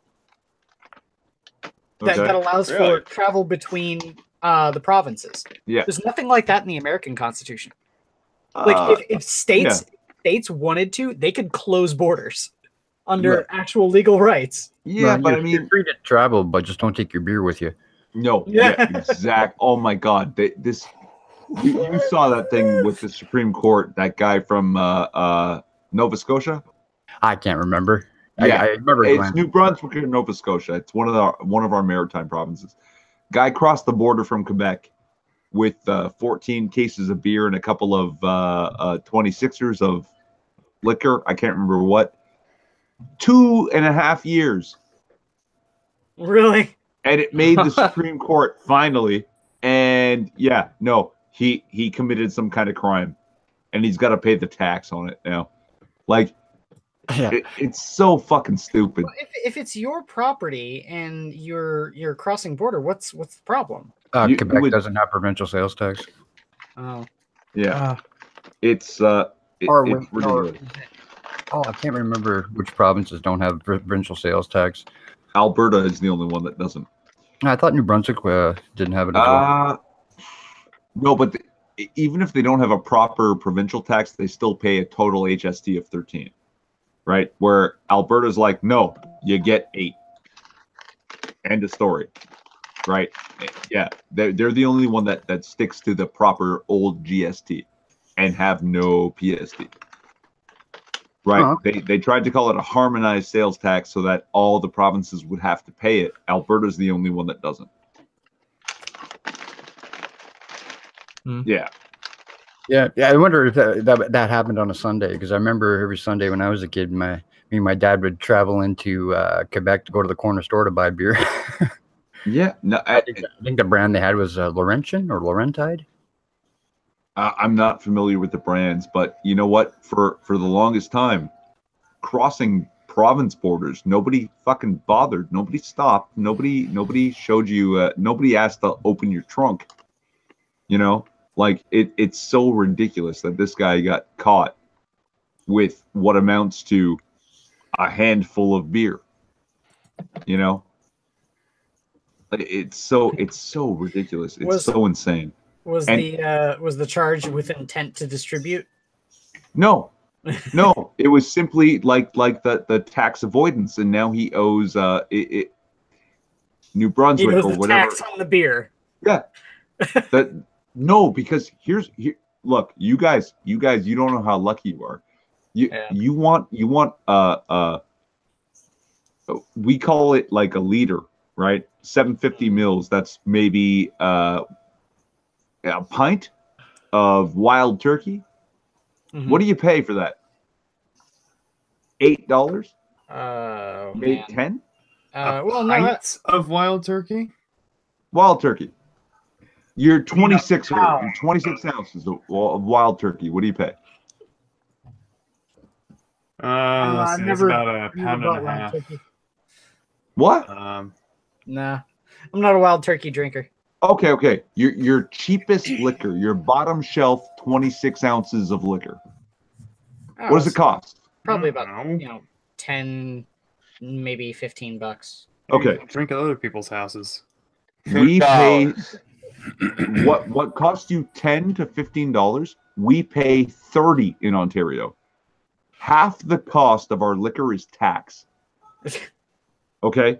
And in New Brunswick, 75% of the cost of your liquor is tax. It's insane. It's ridiculous. You go to Montreal and they only have like 25%. So where you're paying $10, they're paying, 14. But in New Brunswick, it's $40 for the same bottle. That's crazy. Yeah, and we don't have free trade within the country.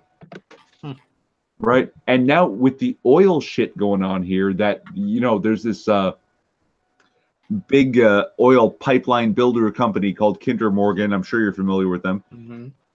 They've invested money. They actually took taxpayer money because they're supposed to build a pipeline from Alberta into BC to get to the ocean. And now suddenly the activist groups, don't destroy our oceans, our fucking coastal waters, people shut them down. They can't build. Right? We've lost. Nice. I like that. We've lost billions of dollars to this company that still wants to build here, but our fucking prime minister is out in France saying we're going to phase out oil sands, which is our only income, right? Like, and because of the Alberta, BC, these two provinces that have to get the oil from one province to the next, no one's doing it. They're actually fucking threatening each other with putting tariffs for what each one does, right? Like, BC's going to put tariffs on oil and beef, and Alberta's like, fine, we're going to put tariffs on whatever the fuck it is that BC exports, right? What? And somehow NAFTA's a fucking problem with Trump. We can't even get our shit together in our own borders, man. It's fucking ridiculous. The unfortunate thing about that is you got actual members of parliament from the Green Party that are leading the charge with the activists on the front line. Do you remember seeing them getting arrested? They're the ones blocking the Kinder Morgan stuff. The funny thing is Canada, what do we spend, like 17, 18 billion a year on Middle Eastern oil instead of using our own? Jesus. Right. Dude. Okay, yeah, you know how this works. We have no refineries. We have 10 refineries. None of them are functioning, right? So we don't refine our own oil. We sell our oil to the U.S., and they refine it and sell it back to us. And that's not enough, so we actually have to import refined Saudi oil, right? We have all the oil we need in the ground, and we can't get it to the fucking open ocean to sell at global market prices. So what is it, $55 a barrel? We sell it at a discount to the US for $30 a barrel for them to refine it and sell it back to us at the market price. Right? Like, what? Why? Because Alberta and BC can't get their shit together, and fucking Trudeau, instead of forcing this shit to happen and courting Kinder Morgan, is out in France saying oil sands have to go. Forget burning it as a fuel. Oil is where we get plastic en masse. Mm-hmm. Okay, we need that shit. We have it. We have as much as Saudi Arabia still does in the ground, and it's got this value. If we could get it to the ocean and we could sell it at $55 a barrel, we're already technically richer than the US per capita. We would be so fucking rich. We'd be Saudi rich. Like, our country would be insanely rich, man. And yet this guy is fucking floofing his hair. What's that hashtag? Floofy spaz. Floofy spaz. And letting Macron grab his crotch. Yeah. Yeah, and for Alberta is a very conservative province, whereas British Columbia is, well, it's right above California, and I think they drink the same water, except with Mexicans. We got Chinese. Yeah. But you know what? Most of the Chinese that go there, Chinese are hardworking people, man. Oh yeah. When they get somewhere, they want to open businesses. They want to bust their asses 12 and 16 hours a day. You know why? Because in China they don't get rewarded for it. Here they get rewarded for it. Right? They love it. It's insane how that culture translates in a free country. That 12-hour days, but you own your own business and you get rewards. Oh yeah, let's do it. Like it's so fucking crazy, man. Hey, Herb, are you hosting After Hours? I will, yeah. All right, cool. We're at the 12:30 mark. I'm gonna be calling it, folks. I'm gonna go through the list really quick of the panel here, so we can all do our outros. All right, we're gonna start with Cass. Sup. Yeah. Outro. Yeah. I'm Kaz Warfox. I do politics and gaming stuff. You can find me on my new recently created Twitter under the same name and picture that I use here. If you can't handle the weird fluffiness, yeah, please follow. Is that is that your video in the chat? What? No. No? Okay. Then I'm not going to share it. He's not going to share any videos until I make an actual video. Yeah. And then I'll put it everywhere I can. Oh, yeah. He's good like that. Herbal shit a shit Then out. he'll whore you out. I fucking love Cass. Cass is such a cool dude. Oh, I see. I'm chopped liver. No, you're all right. Oh, well. Oh, I'm all right. Come on, man. I just love that response. I'm all Awesome. right. Let's see if you ever feel the tongue bar on you. I gave you a special designation on my Discord, okay? So you fucking just take it. That's all. All I right. have a special designation. Yeah. Hoping see it for this this shit. after my I know two you friends gave, leading my roommate one. You haven't been on my Discord? Now I'm offended. I don't think I'm supposed to do it. Kim Jong-un, make America great again. Oh, That is the awesome. wizard.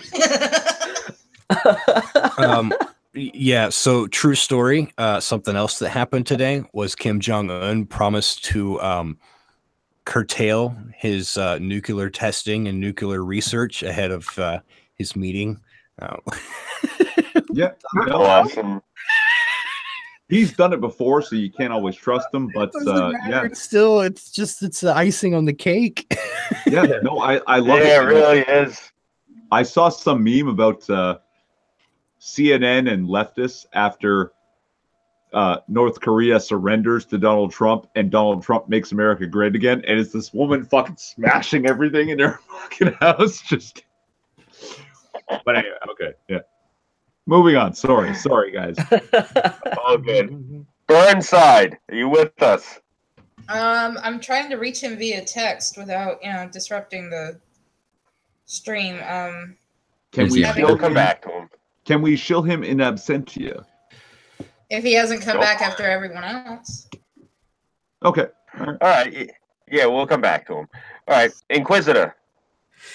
Yes, Inquisitor 8.1. I do Minions of the Zoo on Monday nights. Sometimes I'm on there for other people as well. Sometimes I'm on CHAOS120, like right now. I do D&D's streams on the weekends, and I'm gonna start expanding into other stuff too. I'm thinking about doing some Warhammer videos. So nice. I got some good responses out of some minis that I posted up on Twitter, which you can follow me on that as Inquisitor 8_1. So yeah, if that's the case, then maybe I'll do like some daily miniature stuff. Maybe do some painting tutorials, stuff like that too. So. Oh hell yeah! I can't wait to see those. I'm gonna say that's what I've been doing this whole time. Like in between my snarky remarks here, I've been painting. So. Yeah, I know. That's what I used to do on Friday night. Watching you do this really makes me want to get back into it, man. Yeah, I love it, man. especially with the new edition. That's one thing I've been talking to some friends of mine about making a video about that, a video series about it.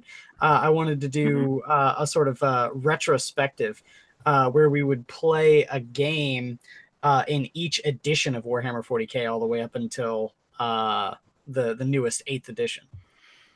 That's nice. That's really cool, actually. You should. I definitely want to see those videos if you do it. Yeah, definitely. Irv? I'm Irving Twin, the Angry Drunk Canadian. I'm on all that social media shit. I also have a secondary YouTube channel, Irving Twin Gaming. It's not that good. I understand if you don't watch it. Like, I mean, my graphics card makes a lot of noise, but it's fucking shit. Like, it's terrible. And yeah, but Quiz, hey, I've now got that 40K RTS. Yeah. A friend of mine, a good friend of mine, gifted it to me. So you know what? If I make a video of that, I'd love to invite you to play, and let's get the three of us online and try and I'll OBS it, right? And we'll see what comes of it. I'll say if you want to do competitive like versus or even co-op, I'm down for it. Let's you, me, and our buddy co-op and play against some other people, and you can teach me some shit. How's that? All right. Smells good. I love it. Sounds fun. Alt Mentistry. Nothing to show yet. Working on a project. Hopefully with some of the folks on Chaos here, and yeah, we'll see what comes the next coming weeks. Yeah, definitely. All right. Messiah of Keck. Hey guys, what's going on? I'm sure you all know me by now. I'm a resident autist of the CHAOS120 stream. I have my own YouTube channel, which I put into the side chat as well as my Twitter. I do not have permission to put it into the YouTube chat, but I'm sure somebody would be happy to help me out. Please, I need more. Why didn't you say something to me a while ago? I would have given you a wrench. Now that I'm done stuffing my face, let me get you a wrench so you can do that. Let me just scroll up to type something in chat so I can go and give you a wrench. And someone should give me a wrench. I don't think I have Hold on here really quick. Yeah, give her a wrench too, please. All right. Stuff it in the live chat now that I'm not stuffing my face. No, the reason I didn't say anything is because I didn't want to like impose anything. Imposing. If you're on the stream, you get a wrench. That's how it works. Give me a wrench. There you go. I put something in the chat. All right, and hold on. Wait, what? Why am I not able to give him a wrench? What heresy is this, Scooby? I think only Scooby can give him a wrench. Only the crown, can give a wrench. Oh, okay. I think now. Rip. Well, give crap. It to them. Get this thing down. Damn it. Scroll, you bastard. Scroll. Oh, and Quiz. Okay, I did forget to tell you earlier because I'm kind of in and out of it and other stuff going on. I might be getting into the Warhammer thing. Sure. I know you down on the south side. It's kind of a big hike up here on the west, but there's tons of Warhammer stores, and in March. It's already passed for this year, but next year we might even get. I might even be able to convince Chaos Eve from the Minions of the Zoo to come on up to Chicago. There's a big convention in Schaumburg called Adepticon, and it's specifically for Warhammer is the main thing, but there's also other tabletop war game stuff. That sounds awesome. Please send me that information because one of our the weekend I was hosting over here, a good buddy of ours that was over here is into Warhammer, and like he's got a collection, dare I say, that would be pretty to par with yours. Oh, no. And so I could here. So just have my workspace here. You can see exactly how many minis I've got sitting out here. That's a pretty paltry amount. Nice. I noticed that he's working on right now. He's working on these Plague Chaos Marines. Plague Marines. Yeah, that's because the Death Guard got a brand new codex. That's what it is, Death Guard. Thank you. Yeah, he started working on them, and he's got these Baneblade tanks he's got, and these other massive Baneblade looking Space Marine tanks. Oh, they're bitchin' badass. Give me 1 second. Oh, looks like he's got to beat the shit out of his mate too. Oh, Inquisitor's got a little something. They're like, oh no, not this shit again. Inquisitor, you have a puppy. You mean something like that? Oh shit, the Bane. Yeah, that's what he's got. Bane yeah. Blade. I'm actually it's still a work in progress. What I'm actually going to do is I'm converting it to be a mobile cathedral. Nice. The turret. I was going to build a big nave and spire, and actually put a canoness, Sister of Battle, on top of the nave with a book like she's preaching atop a tank. Preaching a topic. Nice. That sounds fucking awesome, actually. Yeah, so that's like I'm building 3 main armies. I have so many more. I have a Chaos army for the 1,000 Suns. I have an Eldar army for Samhain. In fact, I've got some of my Eldar minis right here. But I've got the 3 main armies though. I've got is the Imperial Guard, which is what I've been working on mostly here, and the Sisters of Battle are my 2 main, and then I'm also working on the Blood Angels. And the reason why is because all 3 of those are Imperial, and I can use all 3 of them in an army list together. No way. Oh, that's awesome. Yes. With 8th edition, you can actually take different force organization charts, and so long as it has the keyword Imperium, you can take them all together. So I could basically, if I were to wing this the right way, I could take those Apocalypse, Guards of the Apocalypse, or whatever the heck they were, gas mask wearing Imperial Guardsmen, and combine them with Space Marines. Yes, you can. Absolutely.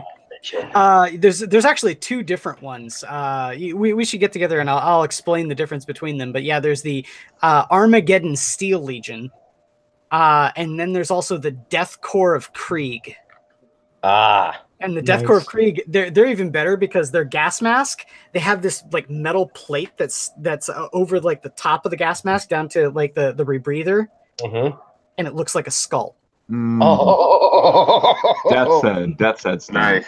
Yeah, and there's only like 1 group of women that are actually warriors for the Imperium, right? Well, the Imperial Guard recruits women as well, but there's only one army that is all women, and that's the Sisters of Battle, the Adeptus Sororitas. Okay. Yeah. That's the one that I play. I play the Sisters of Battle mainly because I fucking love their models. Their models are like the Imperial Guard here. I can pull up one of them. You can see a little bit better here. Yeah. Okay. This is my Imperial Guardsman with a Voxcaster. Nice. So you can see he's got nice bayonet. He's got the bayonet, and he's got the big communications backpack and the comm over his mouth. As cool and as detailed as that is, that pales in comparison to the Sisters of Battle. Sisters of Battle have far more detail on their models. I saw some of your paintings there. They're fantastic. And while we're here, let me let you know it was Burnside that gifted it to me. So okay. I gave him the Steam copy of Soulstorm. I was like, come on, we all need the 3 versus 3. Yeah. That's exactly what I want, and I would love to debut that on my gaming channel. So if you're down, man, we'll set up a date and we'll get it done. Sure. I would love that. Oh hell yeah! We'll fucking manage this. Guide us through it, man. Well, why don't we go over it in the after hours? Yes. Good idea. Good. Yes, let's finish chilling so you guys can go over it in the after hours. Oh God, yeah. All right. It's all right. Foster, were you done with what you were saying? Oh Christ, I don't even remember what I was saying. It's all good. Sorry, man. I get talking about Warhammer. It just gets carried away. Oh, good. I didn't want to interrupt. I was waiting for a breath so I could actually step in. All right. Wonderful. You're up. Who, me? Yep, you. I mean, I really, what else do I need to say? I'm the meme king. I'm the fucking information king. Like, you were here the whole time. You had another fucking show and you didn't even go there. Yeah, I totally didn't. That's because I'm playing PUBG.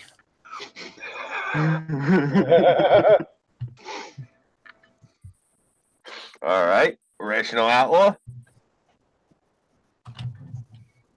Sorry, I had to get back to my mic. My name is Rational Outlaw. You can follow me on YouTube. You can also find me at Mr. Rational Outlaw on minds.com. You can also find me on Twitter, Gab, BitChute, a bunch of different social media. I make political / news commentary videos.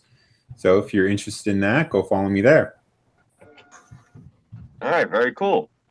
Terracin? I'm Terracin. You can find me on IMVU, YouTube, Twitter, Facebook, and MeWe.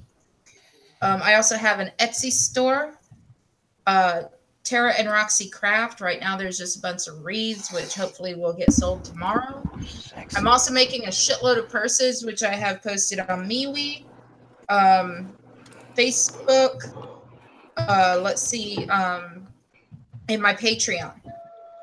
Most of these guys have seen the purses. I also did a video last night with what patterns I'm going to make for these other 15 fucking purses.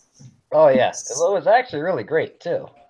So if you want to know what kind of purses, go and watch last night's After Hours. And I need to finish.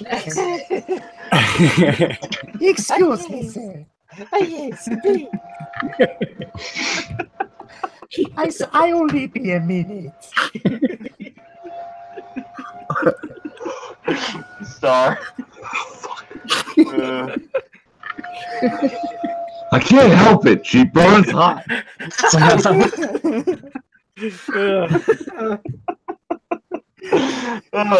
Don't forget the pledge. Definitely. Finish soon. All right. Burnside, you got anything to show? I think he left again. All right. Everyone knows him at this point. All right. I'm your MC for this evening. Thank you guys for joining us. Thank you, chat. I am Scooby331. You guys obviously know I'm here on YouTube. You can follow. All right. Sorry Burnside. about that. They asked me if I wanted more food, and I was like, food? Well, hurry up, chill. All right, shit. But I'm not stuffing my face. I am the Burnside Film Project. You can find me on YouTube, BitChute, Gab AI. I'm on Redbubble as Burnside Film, or just look up Rebel Canadian Flag, and you should be able to find that. If you want to know what it looks like, look at my good buddy here, Irving Twin. What can men do against such reckless flaggatry? Hey, go on. Flaggatry. Hell fucking yeah.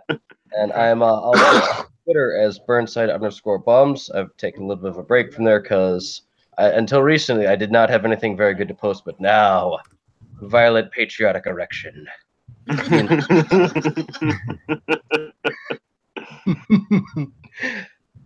And I think that's about it, unless I forgot anything. Yeah, we're getting backline done. Oh, yeah. Backline's going to be on BitChute only, not on YouTube, because they keep getting pissed off that we use old people music that doesn't suck. So, yeah. Other than that, same as always. Very cool.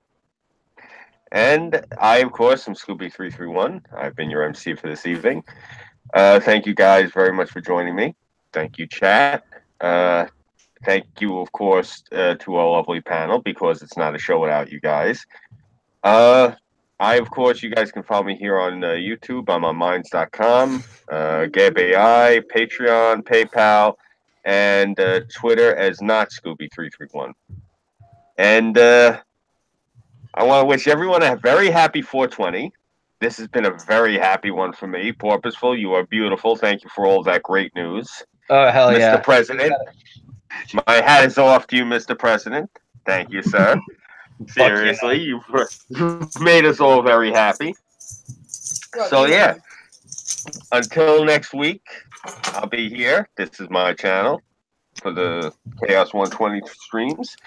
Tomorrow night, of course, we're going to be on Weibo's channel. That's at 11 p.m. Eastern Standard Time.